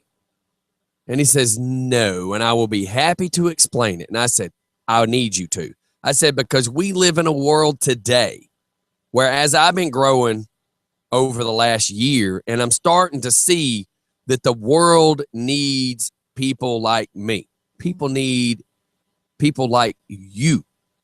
People need people to make sure the right things in the world is happening, because there's too many people sitting in the background on the sofa that's not making sure the right things are happening. We have laid down and let it happen to ourselves. You have sat on the couch and you've let your old lady cheat on you. That's how stupid this comparison is. You allowed your brother to come up in the house and sleep with your wife. You know why? Because you was walking through life with blinders on, and it's time you rise up, people, and start paying attention. You know, that flag that flies that says, don't tread on me. Everybody go look all these things up. Mm-hmm. The constitutional right to not agree with the Constitution. It's okay to not agree with the Constitution. It's we the people. And somewhere in there, it starts discussing the fact that when government goes too far, you got to do something. And am I saying overthrow the government? No, I am not ISIS. I'm not trying to be stupid. We the people have a voice, and we the people should be heard. So I said to this gentleman, I would love for you to come in and educate. I want you to come in. I'm going to ask you some questions. I'm not going to put you on the hot seat. No. I'm not going to allow anybody to cuss on this telephone. If you call into this show and you decide to get nasty, you get hung up on. Yeah, we don't want any I am rudeness. not having no rudeness. I ain't having no nasty. This is 100% a learning experience. Yes. Now, do we have to agree with him? People don't have to agree with anybody. You don't have to agree with what you might like 3 things out of his mouth, and 6 that comes out of his mouth you might not agree with. Yeah. Doesn't mean you got to be nasty. It just means this is an educational thing, and I wanted to know. As well as I do. I have. It's hard for me to stand to pass judgment on stuff I know nothing about. Okay, Right. Alex is from overseas, right? Yes, over Okay. the pond. How can we joke and make comments about over there, Yes. but I've never experienced it over there. How can I say we, U.S., how can I say we are better when I don't really know? I only know what I think I know because people have told us over the years this is how things are. But how do I know? I don't. You can't tell me you don't like coffee if you've never tasted the coffee. Correct. Now, I've had people tell me, how do you know you're not gay if you've never tried it? Well, I'm pretty sure I'm not. Pretty sure I'm not going to try it. Good luck. Andy Cagle says he tried it once. He didn't like it. So, you know, it's up to you what you like. But when it comes to the education type stuff, I can't pass judgment over something I don't know about. What do you keep pointing at? Oh, I was just going to tell you, and I know we're trying to get off the air, but I just got confirmation from the hypnotist that we can't call him on the air, and he gave me. Let's call this right now. We're going to go over a few minutes. You know, we used to do till 10:30 anyways. I just try to keep us on a 7 to 10 now because I don't want us to get stale, you know. Mm-hmm.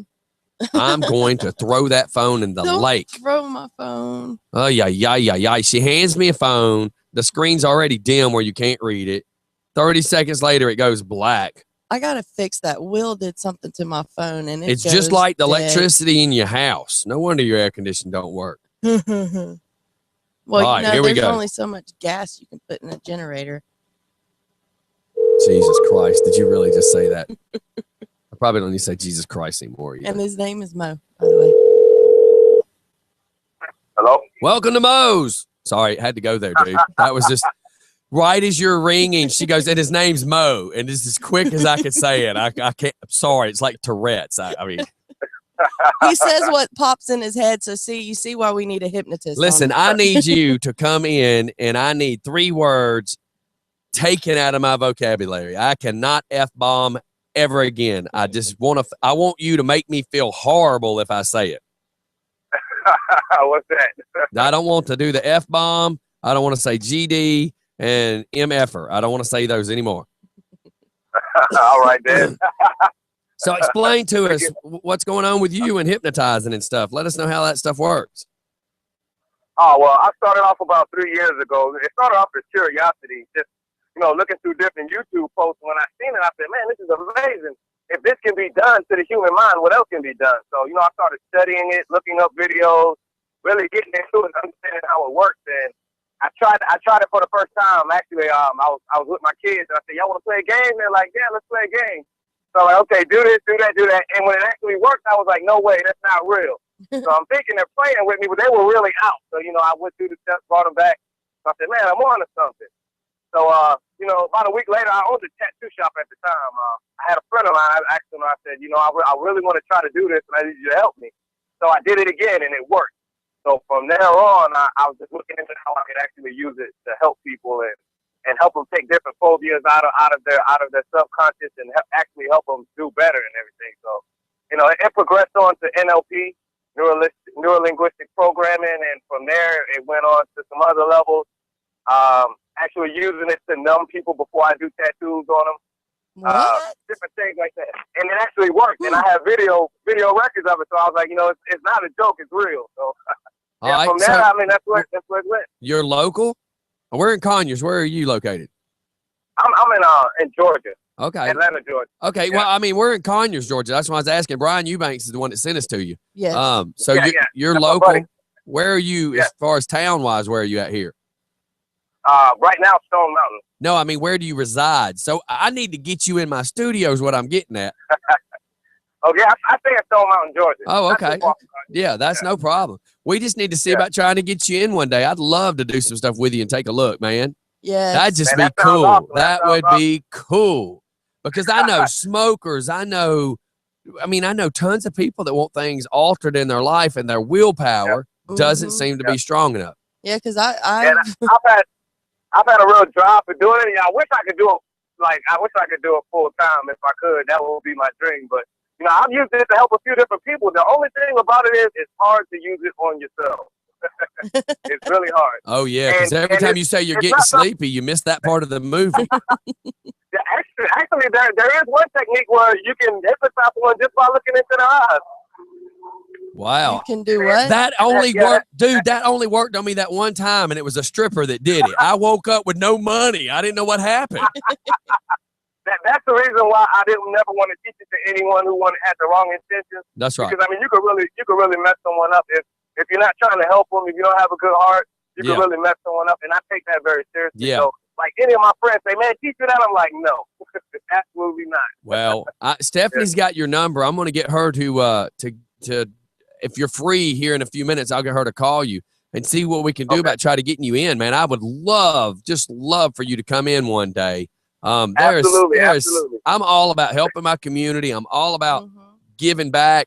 And if there's something I can do to help somebody, I try my best to do it. And I mean, that would just be, man, I'm telling you, if I could just have the emotional feeling to every time the F-bomb starts to come out of my mouth, if I felt bad for saying it, maybe I'd stop saying it. But it's so bad because I got my granddaughter, man. We're raising my granddaughter, and she's 1, and she's now picking up words. And the other day, every word you say, that's right. Yeah. So the other day, my wife kept saying, Zaylee, are you sick? Are you sick? And she kept trying to repeat the word sick. Well, the other day, though, I picked her up and flipped her over my head, and she yells really fast, oh, sick. And that's not what it sounded like. No. And I looked at my wife, and she said, you did it, you did it, you did it. And I said, no, I did not. She said, you know what she said? I said, she said sick. She said, no, she said it too perfect when you picked her up really fast. It was too, because actually, that's by you wanting to stop doing that means you already have motivation to stop, and it would be that much easier for it to work for you. Yeah, and I mean, that. People don't understand that your subconscious is the root of everything that happens to you, even in your day-to-day life, your health, everything that happens to you starts with the idea, your subconscious, and your body follows suit. I mean, it's something so serious that where if you can program that the way you want it, you could definitely have the health that you're looking for and the mentality you're looking for, and it would just change your whole reality. It's very serious. Well, that's awesome. We need that up in this joint right here. Yeah, and when we started talking about getting a hypnotist to come on, I mean, our text messages started lighting up with people. Like I had one that his comment was he wanted to be hypnotized to stop smoking. Yes. Yeah. I have heard where people go see a hypnotist to help them lose weight. Now, is that something that you've?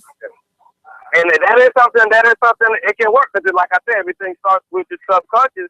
And when that trigger comes in for you to want that food, it can be programmed to change that trigger to something more healthy, and you wouldn't even know the trigger was set there. That's it would automatically work. You don't need diet pills or heavy regimens. It's all in your mind. And if your mind tells you, I don't want that, I want to do this instead. After a while, after 30 days, any habit you take on becomes permanently implanted in your subconscious. So, I mean, there it is right there. That would be the key to your answer. And that's what I need.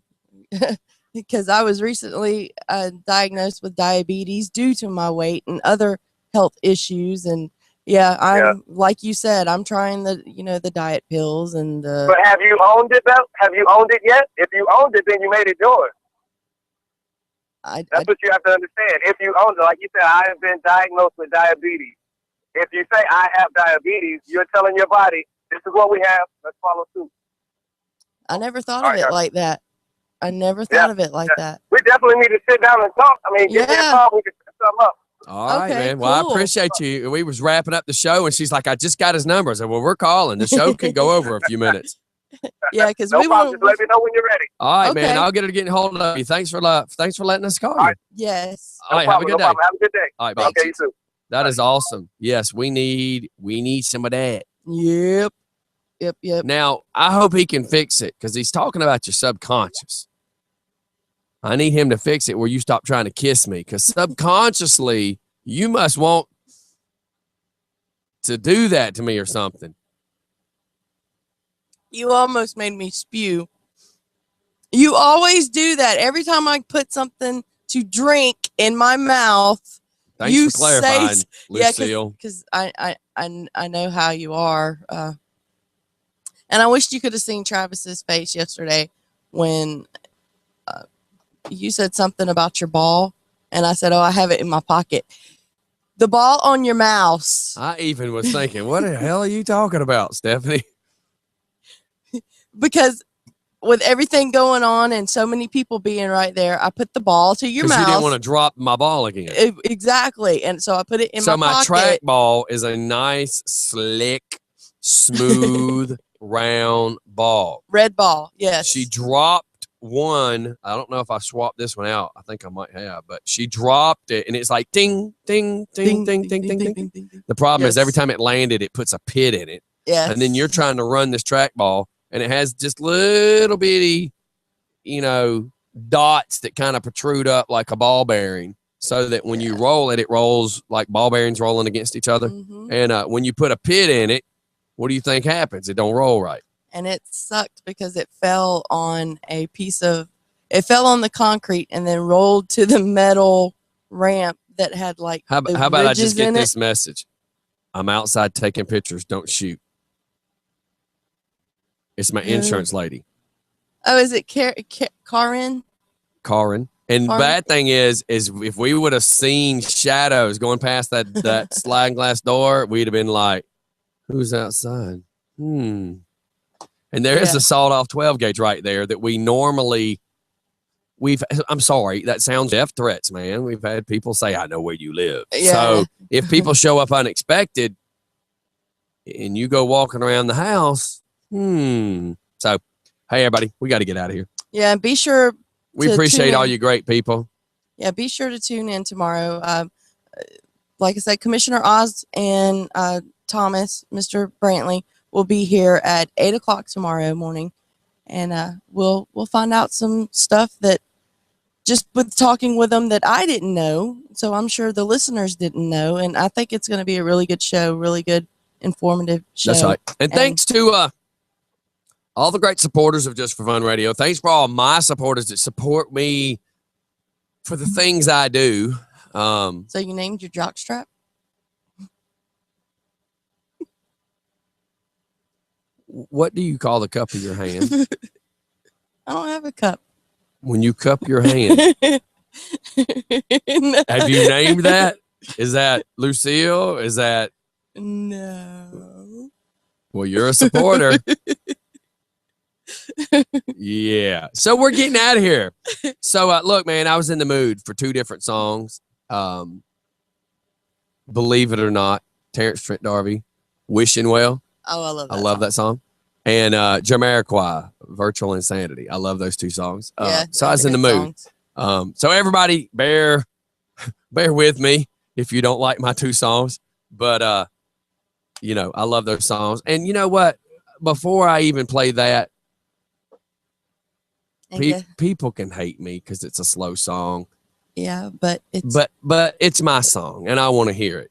And anybody that supports me, they might dig it too. But it's John Mayer's Gravity, because every time I wake up and I watch that sunrise in the morning, what y'all don't realize is that's the song I listen to. It's just kind of my song about staying down to roots of who you really are and what's important to you. And people can tell me that the song means something different to him, but that's the good thing about music. You're entitled to feel about it how you want.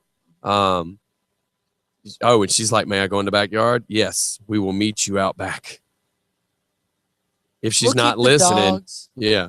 All right, everybody. So here comes John Mayer's Gravity, then Terrence Trent D'Arby's Wishing Well, and then Jamiroquai, Virtual Insanity. But again, like I said, the John Mayer song, that's just one of my favorites. And bear with me, it's only 4 minutes long, so don't kill me. We'll see y'all later. Bye, y'all.